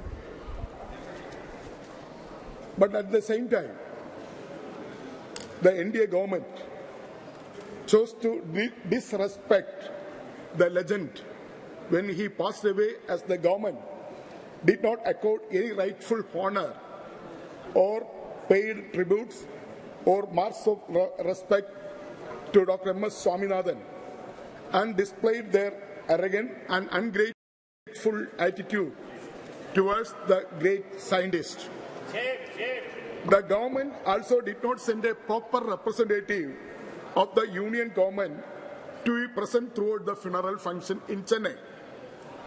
So his family belongs to my constituency, Kuttanad, and also he has given so many contributions to the agriculture sector in Kerala also. Sir, I demand through you, sir, at least now the government must take steps in granting the rightful honors to Dr. M.S. Swaminathan by awarding the citation of Bharat Ratna posthumous, and further Dr. M.S. Swaminathan's life-size statue be erected in the new Parliament building along with a portrait installed in the central hall of the Parliament. And also, I suggested to be named Indian Council of Agriculture Research, ICAR, to be immediately renamed Dr. M.S. Swaminathan Institute of Agriculture Research.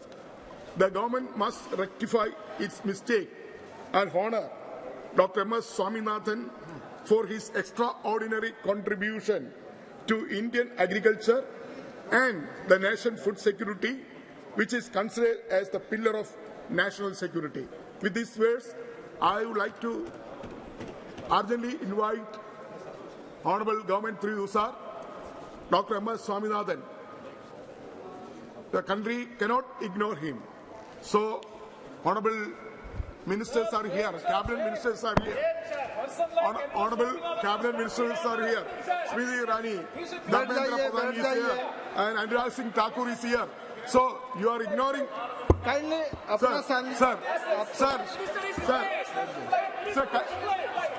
Sir, kindly. My name being called out without substance and without information by the honourable member. Secondly, sir, I am sure that once the member lays the issue at hand on the floor, the appropriate minister will respond. But I would request through you, sir, that the honourable member not be in a spiteful position just because his party had to face a humiliating defeat just yesterday after the election results were announced. What is the connection with sir? Hello वैज्ञानिकों के हम political नहीं बनाते government spokesman Anurag Singh Thakur is here. 16 Shri Jyotirmay Singh महातो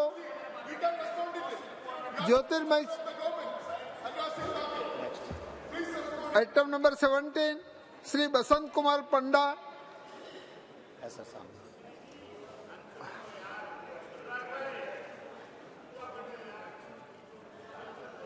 इनका mic करो sir मैं इधर race करना चाहूंगी जो 2019 में 550 साल गुरु नानक देव जी के गुरपुरब पे इस सरकार की तरफ से पंडा जी बोल रहे हैं, बसंत कुमार पंडा। मैडम आपका नहीं है, बसंत कुमार।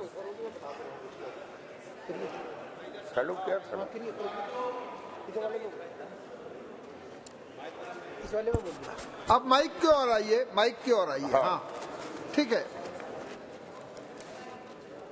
माननीय अध्यक्ष महोदय, मोदी सरकार पिछले 9 वर्षों से हमारे देश के विभिन्न क्षेत्र के कलाकारों को कौशल बढ़ाने के लिए, उससे विश्व स्तर पर ले जाने के लिए लगातार प्रयासरत है। इसलिए मैं धन्यवाद देता हूं अपनी सरकार को और भारत सरकार द्वारा विभिन्न राज्यों और देशों में कलाकार प्रतियोगिता, कलाकार कला संगमों के द्वारा आयोजित करवाया जाता है। मैं आपका ध्यान उड़ीसा के पश्चिम क्षेत्र के और आकर्षित करना चाहता हूं, जहां ऐतिहासिक, सांस्कृतिक और प्राकृतिक सौंदर्य से भरपूर स्मारक स्थित होने के साथ ही पश्चिम उड़ीसा में भवानीपटना पश्चिम उड़ीसा का केंद्र बिंदु है।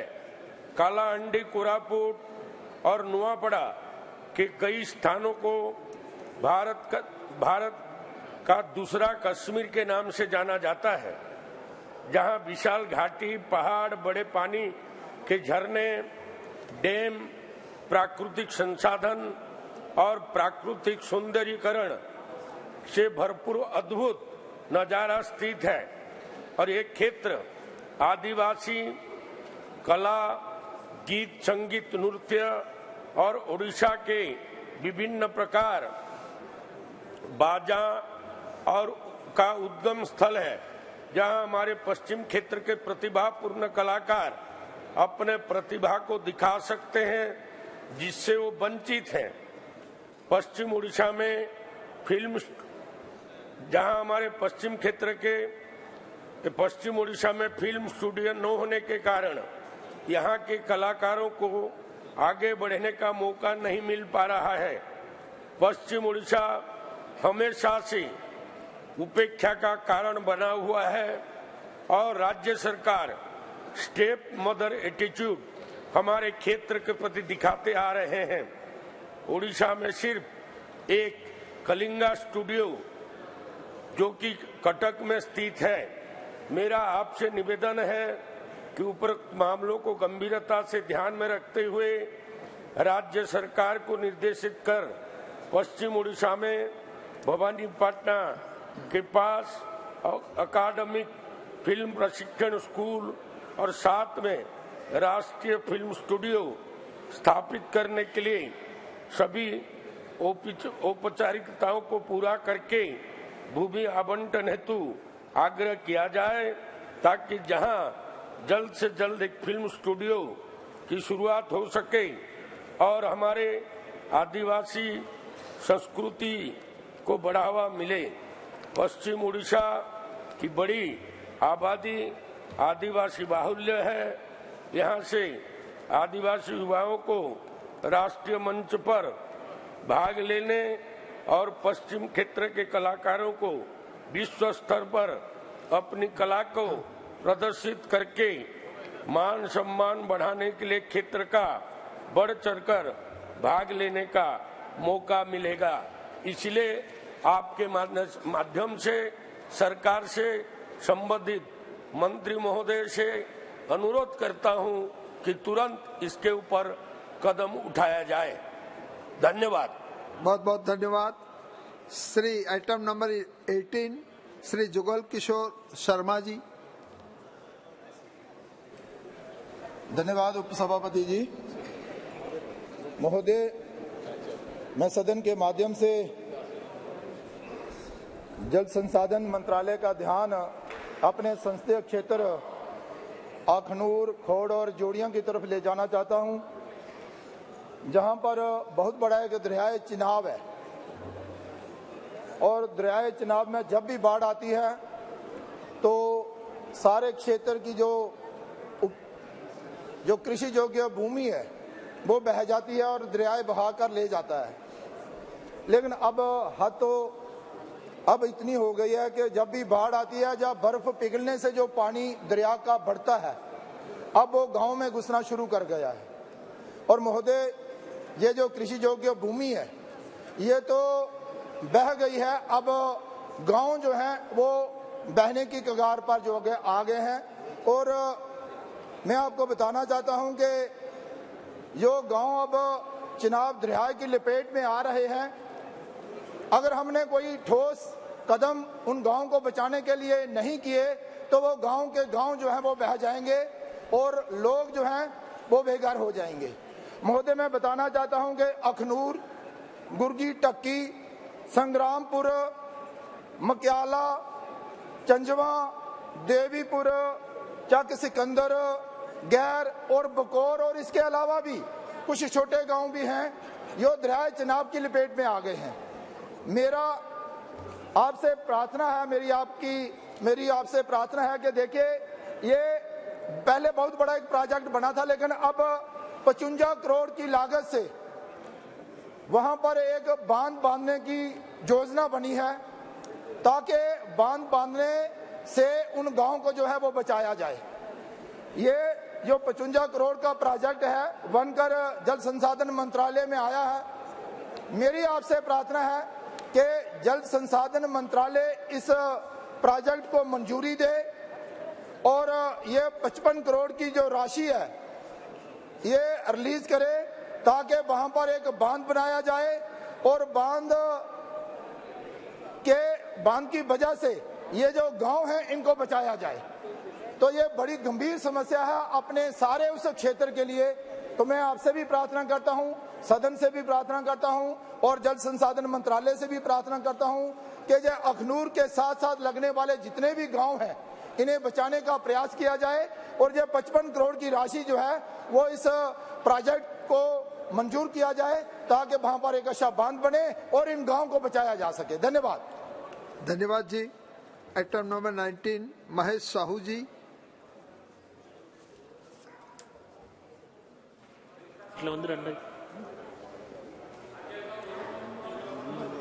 Kindly mic on.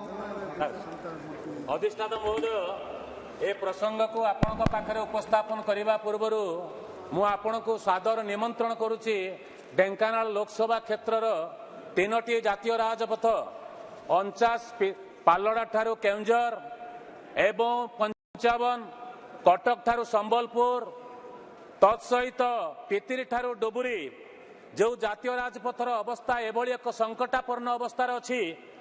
केन्द्रर विकास कार्यक्रम ढेंकानाल लोकसभा क्षेत्र 1,00,000 कोटी टंका वर्ष को देउथला बेले विकास परिवर्ते से क्षेत्र में आज पर्यंत 326 जन विनाश होती, विभिन्न दुर्घटना मृत्यु घटी। ए क्षेत्र में मु आपण को निवेदन करने चाहे, केंद्र सरकार पितिरी ठारू डुबरी रास्ता को लोकार्पण करथिले किंतु सेठारे ब्राह्मणी, रामियाल एवं डमसड़ा ठारे पोल निर्माण होगा संभव है नहीं, संपूर्ण है नहीं। पितिरी ठारे मध्य ओवरब्रिज एवं अंडरपास निर्माण शेष होई नहीं। अथच केंद्र सरकार विभिन्न दृष्टिकोण पितिरी ठारू डुबुरी रास्ता को गृह मंत्री, केंद्र शिक्षा मंत्री द्वारा लोकार्पण हैला परे भी मध्य से कार्यक्रम एते धीर गति चली संपूर्ण है नहीं। पालड़ा ठारू केउंझर एवं आपनकर पितिरी ठारू डुबुरी, कटक ठारू संबलपुर बारंबार रोड सेफ्टी मीटिंग रे आलोचना पर्यालोचना हला परे माननीय मंत्री सहित आलोचना परे एवं 2024 मार्च सुधा शेष हो बोली घोषणा थिला परे मध्य मु निवेदन करने चाहे केंद्र सरकार को निजे स्वचक्षुरे देखंतु 2024 मार्च सुधा शेष होगा आदौ संभव नुहे। 2025 मार्च जगह चलो एक कथा केंद्र सरकार विकास ये गोटे ज्वलंत प्रमाण 3टी जातीय राजपथ मुझे आशा करी अधिष्ठाता महोदय आपन को निवेदन करने चाहे केंद्र सरकार सरकार जो हिसाब रे ढेंकानाल लोकसभा क्षेत्र राजस्व पाउछंती तार सामान्यतम अनुदान रे ढेंकानाल लोकसभा क्षेत्र अधिक उन्नति हो पारिथांता किंतु केंद्र सरकार ए बाबद रे कौनस प्रकार नजर दौनांती मु आशा करिबा आपण जरिया रे केंद्र शिक्षा मंत्री पाखरे बसिचंती शुणुचंती से अनुभव करवा दरकार केंद्र प्रति राज्यर जो दायित्व एवं लोकसभा क्षेत्र जो सैक्रिफाइस से कथा को गुरुत्व प्रदान करी कार्यक्रम को आगक नापी आपण जरिया रे केंद्र सरकार को अनुरोध करने सहित चेतावनी देउछि। Thank you very much. Shri Dnyaneshwar Patil ji.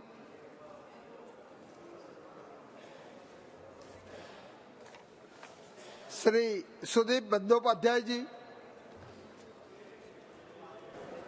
Sir, I want to raise one important issue related to my state. Sir, Manrega, Awas Yojana, health issues, National Health Mission, all money allotted by Government of India have been kept blocked since last 2 years, amounting up to rupees 18,000 crores. We few MPs and our ministers came to Delhi to meet Honorable Minister, not the Cabinet Minister, sir. It is Minister of State. Surprisingly, we were kept waiting for 2 hours in the waiting hall, were offered tea, and ultimately after 2.5 hours, when we went for the meeting, then she left behind the door. We were lifted bodily. आपका issue की बात करो। मेरा issue ये है, we were lifted by bodily. Senior MPs, 10 ministers, and were taken 20 kilometers away from Delhi. We demand, sir, that Manrega allotment, Awas Yojana allotment should be sent to state government without further delay. We are keen to place our demand to Prime Minister of India, including Chief Minister, and we hope this issue to be discussed on the floor of the House without further delay, and economic blockade should not be allowed to be created in the state of West Bengal. माननीय मंत्री जी धर्मेंद्र प्रधान जी। सभापति महोदय, दादा ने चिद भी मेरी पटवी मधी मत करो भाई। सभापति महोदय, मैं आपकी अनुमति से सदन की वरिष्ठ सदस्य सुदीप जी ने कुछ विषय उठाया भारत सरकार के बारे में, मनरेगा के बारे में, प्रधानमंत्री आवास योजना के बारे में। उनको भारत सरकार ने ब्लॉकेड किया है। अध्यक्ष महोदय, ये तथ्य सही नहीं है। ये भारत सरकार की ओर से बंगाल की गरीबों की पैसा ले जाते हैं और उसको तोलाबाजी करते हैं, कटमनी रखते हैं। यही मूल कारण है। देश की सभी राज्य वित्तीय श्रृंखला में रहते हैं। बंगाल उसके ऊपर खुद को मानता है, बंगाल की सरकार खुद को उसके ऊपर मानता है। सर, मैं on record on the floor of House, I would like to remind and like to mention, in the PM Poshan Yojana, in the midday meal scheme, they have misappropriated 4,000 crore. 4,000 crore. Government of India has given inquiry to CBI. Everything will come out on the front. Everything will come out to the table. इनकी दिक्कत है, ये गरीबों की पैसा लूट करते हैं, पार्टीबाजी में पैसा खर्चा करते हैं। इनके ऊपर इंक्वायरी होगा। ये सब इनके आधे डजन मंत्री जेल में है। सभापति महोदय, इनकी शिक्षा मंत्री जेल में है, इनके आधे डजन मंत्री जेल में है। इनको डर लगने लगा है, इनकी लीडरशिप जेल में जाएगा। इसी डर से ये सदन के समय को खराब करते हैं। श्री हसनैन मसूदी जी, श्री हसनैन मस्कैली, बैठ जाइए। जनाब मसूदी जी बोलेंगे, वो रिकॉर्ड में जाएगा। जनाब, जम्मू कश्मीर को कई एक संगीन मसाइल का सामना है। सबसे बड़ा मसला है कि वहाँ कोई लोकशाही नहीं है। अफसरशाही से हम जूझ रहे हैं पिछले 6 साल से। आज जबकि जश्न मनाया जा रहा है 5 रियासतों में इंतखाबात के नतीजे का, जम्मू कश्मीर में पिछले 6 साल से हमें इंतजार है इंतखाबात का। अब वो संगीन मसला है, लेकिन सबसे बड़ा संगीन मसला जो आज है वो बिजली का बहरान है। जनाब 3215 मेगावाट हम बिजली पैदा करते हैं, जनरेट करते हैं, लेकिन आजकल 16 घंटे का जनाब 16 घंटे का वहाँ पर शटडाउन रहता है, ठिठुरती सर्दी में, सब जीरो टेम्परेचर में।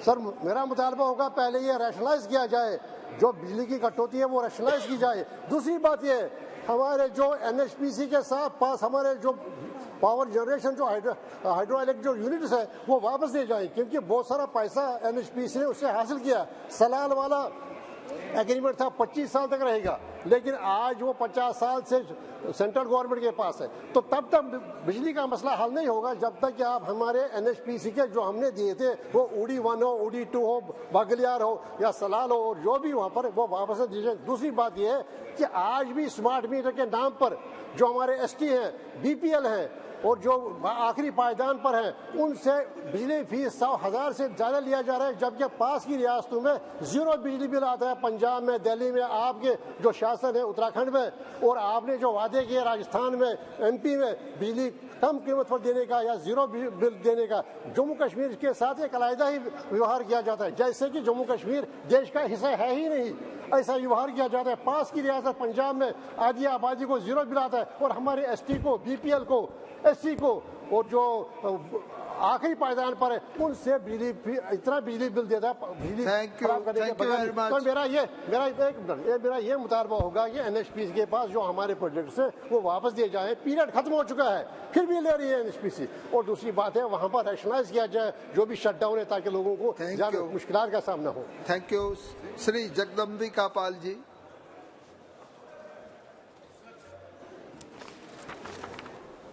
अधिष्ठाता महोदय, मैं बहुत आपका आभारी हूँ कि आपने एक अत्यंत गंभीर चिंता के विषय को इस सदन में मुझे उठाने का अवसर दिया है। ये चिंता केवल हमारे लिए नहीं है, सत्ता पक्ष के लिए नहीं, बल्कि चाहे सत्ता पक्ष हो, प्रतिपक्ष हो, संपूर्ण समाज के लिए। आज आर्टिफिशियल इंटेलिजेंस का इस्तेमाल करके जिस तरह से डीप फेक टेक्नोलॉजी के माध्यम से एक यथार्थबाजी, ऐसा लगता है कि जैसे किसी का चेहरा, किसी की वॉइस से जिस तरह से नकली वीडियो या चित्र या इस तरह से चीज़ें वायरल की जा रही हैं, वो देश की एकता और अखंडता के लिए भी खतरा है। समाज में एक इस तरह की गलत सूचनाएं प्रसारित करके लोगों के बीच में जिस तरीके का चरित्र हनन हो या इस तरह के राष्ट्रीय सुरक्षा के प्रश्न हो, तो ये अभी तक इस डीप फेक के लिए जो आर्टिफिशियल इंटेलिजेंस के तकनीक से ये इसका प्रचार प्रसार कुछ दिनों से इतना बढ़ा है, अभी तक इस पे कोई लेजिस्लेशन भी नहीं है, कोई विधायी कानून भी नहीं है। इसलिए अधिष्ठाता महोदय, इस गंभीर सवाल पे सरकार भी सोच रही है, लेकिन मैं चाहता हूं कि इस तरह की जो पूरे देश में बढ़े, पिछले दिनों आपने देखा कि रश्मिका मंदाना हो या आलिया भट्ट हो, इस तरह से चाहे फिल्म स्टार हों, पब्लिक लाइफ के जीवन के चाहे सत्ता पक्ष प्रतिपक्ष के सांसद हों, हम लोग सार्वजनिक जीवन में काम करते हैं और इस तकनीक का दुरुपयोग करके और अगर जिस तरह की चीज़ों को वायरल कर देते हैं वीडियो बना करके, तो वो शायद पूरी लाइफ के लिए एक सवालिया निशान लग जाता है। तो इसलिए मैं इस सदन में चाहता हूं कि इस विषय पे जो एक पूरे समाज के लिए एक नई आर्टिफिशियल इंटेलिजेंस से इस डीप फेक का एक प्रचार प्रसार हो रहा है और इसको एक हथियार के रूप में इस्तेमाल किया जा रहा है जो देश की एकता और अखंडता के लिए, और इसकी संख्या बढ़ती जा रही है।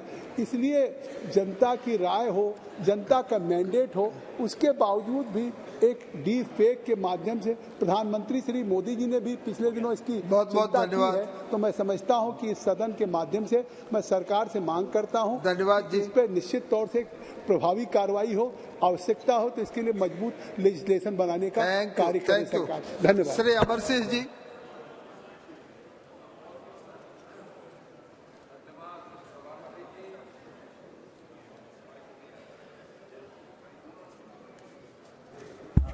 बहुत बहुत धन्यवाद सभापति जी।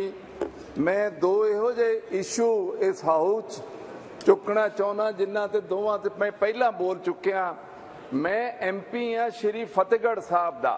ये वो जगह जिथे औरंगजेब दे राज विच गवर्नर वजीर खान ने साडे 10वें पातशाह दे दोवें साहिबजादियां नूं जिंदा नीहां च चिंता सी। मैं बेनती कीती सी केंद्र सरकार नूं कि वो फतेहगढ़ साहब नू इंटरनेशनल टूरिस्ट सर्किट च लिया जाए और उन्होंने वो सारिया फैसिलिटी दित्तियां जान कि सारी सिख संगत और दूसरे लोग दर्शन कर सकन। दूसरी गल मैं कई बार कह चुकिया किसानों की गल, देखो जदों फार्मर एजुटेशन खत्म होया तो केंद्र सरकार ने एक वादा किया सी कि जिस तरह पैडी और वीट ते MSP मिलती है, असीं सारिया फसलों के MSP दिवाउण दा प्रबंध करांगे। उहदे ते कुछ कार्रवाई नहीं हुई आ। पंजाब विच गन्ना फार्मर्स नूं हुणे कुट्टिया जा रहा सी सड़कां ते। मेरा कहण दा मतलब है किसान अन्नदाता इस मुल्क दा, ओनू सानू जिहड़े वादे कीते पूरे करने चाहिए आ। ये दोवां बेनतियां ते इन्हां नूं प्रवान कीता जाए। Shri NK Premachandran ji. Thank you very much. Sir. Thank you very much, Mr. Chairman, sir, for affording me this opportunity to raise a very serious matter of urgent concern as far as my state, Kerala, is concerned. Sir, this is a matter in respect of the coastal zone management plan to be provided by the state governments.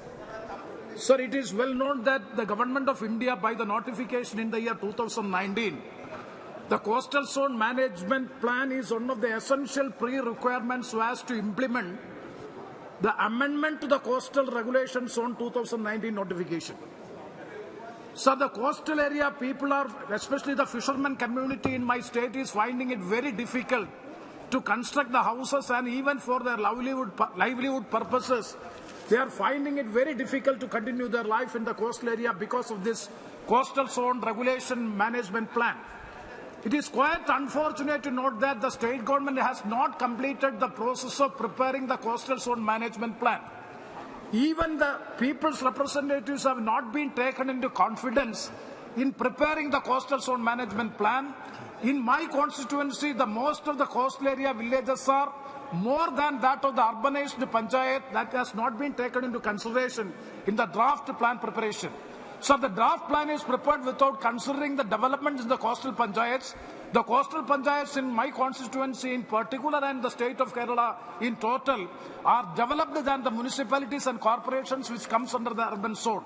Sir, hence it is highly necessary to prepare a plan considering the development in coastal panchayats. It is highly necessary to publish the CRS notification considering the aforesaid facts so as to protect the coastal population in Kerala, particularly Kollam, my Lok Sabha constituency. So I urge upon the Government of India, if the 2019 notification of the coastal regulation has to be made effective, the coastal zone management plan has to be issued by the state government. So I urge upon the Government of India to intervene in this matter so as to get the benefits to the coastal fishermen and the people living in the coastal area by giving a direction from the Government of India to implement the notification by preparing the coastal management plan. Thank you very much, sir.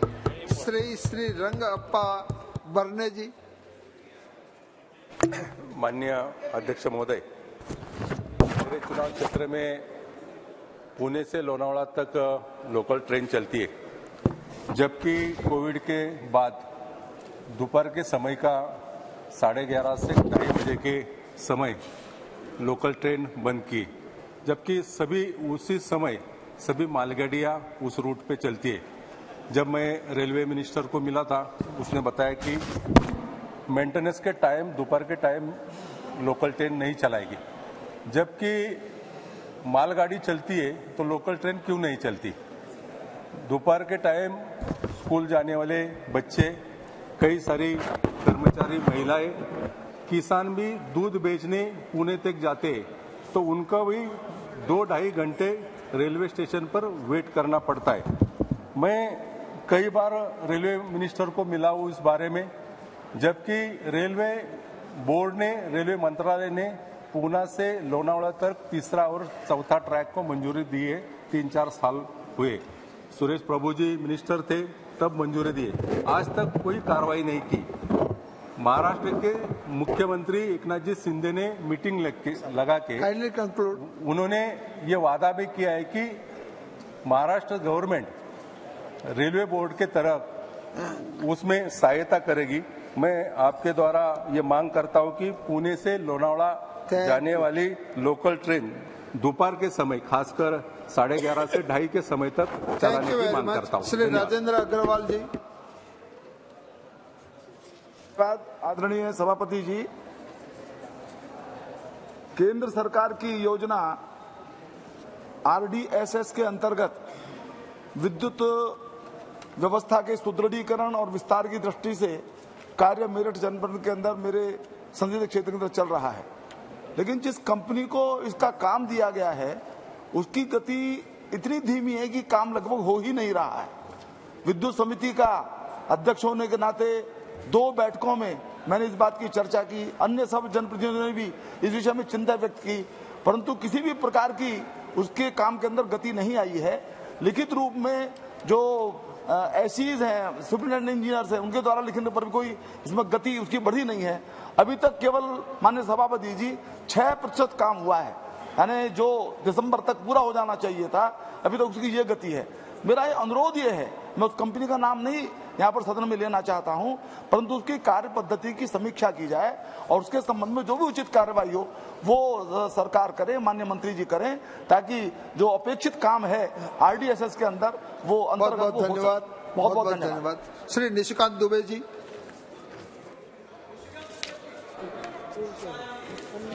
धन्यवाद सभापति महोदय। मेरे जिले में sir, जो मेरे लोकसभा का तो पार्ट नहीं है, लेकिन NRHM का अध्यक्ष होने के नाते मैं उस जिले का अध्यक्ष हूं। मुख्यमंत्री जी का क्षेत्र है सुंदर पहाड़ी, और पिछले 1 महीने से प्राइमेटिव ट्राइबल ग्रुप जो पहाड़िया जनजाति है उनके 20 बच्चों की मौत हो गई है। मलेरिया या इसी तरह का कोई ऐसा वायरल है जिसको कि राज्य सरकार देख नहीं पा रही है। मैं और हमारे जो नेता हैं बाबूलाल मरांडी जी दोनों विजिट कर चुके हैं। लिट्टी पाड़ा और सुंदर पहाड़ी का ये हाल है, और हालात ये हैं सर कि न वहाँ डॉक्टर की कोई व्यवस्था है, और न आपको आश्चर्य होगा जो PTG को 100% हम प्रधानमंत्री आवास देते हैं उनका नाम लिस्ट तक में नहीं है सर। एक भी आदिवासी परिवार को, आदिवासी के नाम पर राजनीति करने वाली पार्टियां, एक भी आदिवासी को वहां न प्रधानमंत्री आवास है, न डॉक्टर की सुविधा है, और रोड का ये हालत है सर कि हम लोग जो है, मेरा ये हाथ छिल गया है सर कि मैं खुद ही मोटरसाइकिल से गिर गया, मोटरसाइकिल से भी मैं वहां चढ़ नहीं पाया सर। मेरा आपके माध्यम से भारत सरकार से आग्रह है कि इस तरह आदिवासियों के खिलाफ माहौल बनाने वाला, आदिवासियों के खिलाफ नहीं काम करने वाला और बांग्लादेशी घुसपैठियों को बढ़ाने वाला मेरे इलाके में जो सरकार है उसको बर्खास्त किया जाए, यहां से केंद्रीय टीम को भेजा जाए, और बच्चे जो मर रहे हैं प्राइमेटिव ट्राइबल ग्रुप पहाड़िया के, उनकी जान बचाएगी। Thank you very much. सभा की कार्यवाही 2 बजे तक के लिए स्थगित की जाती है।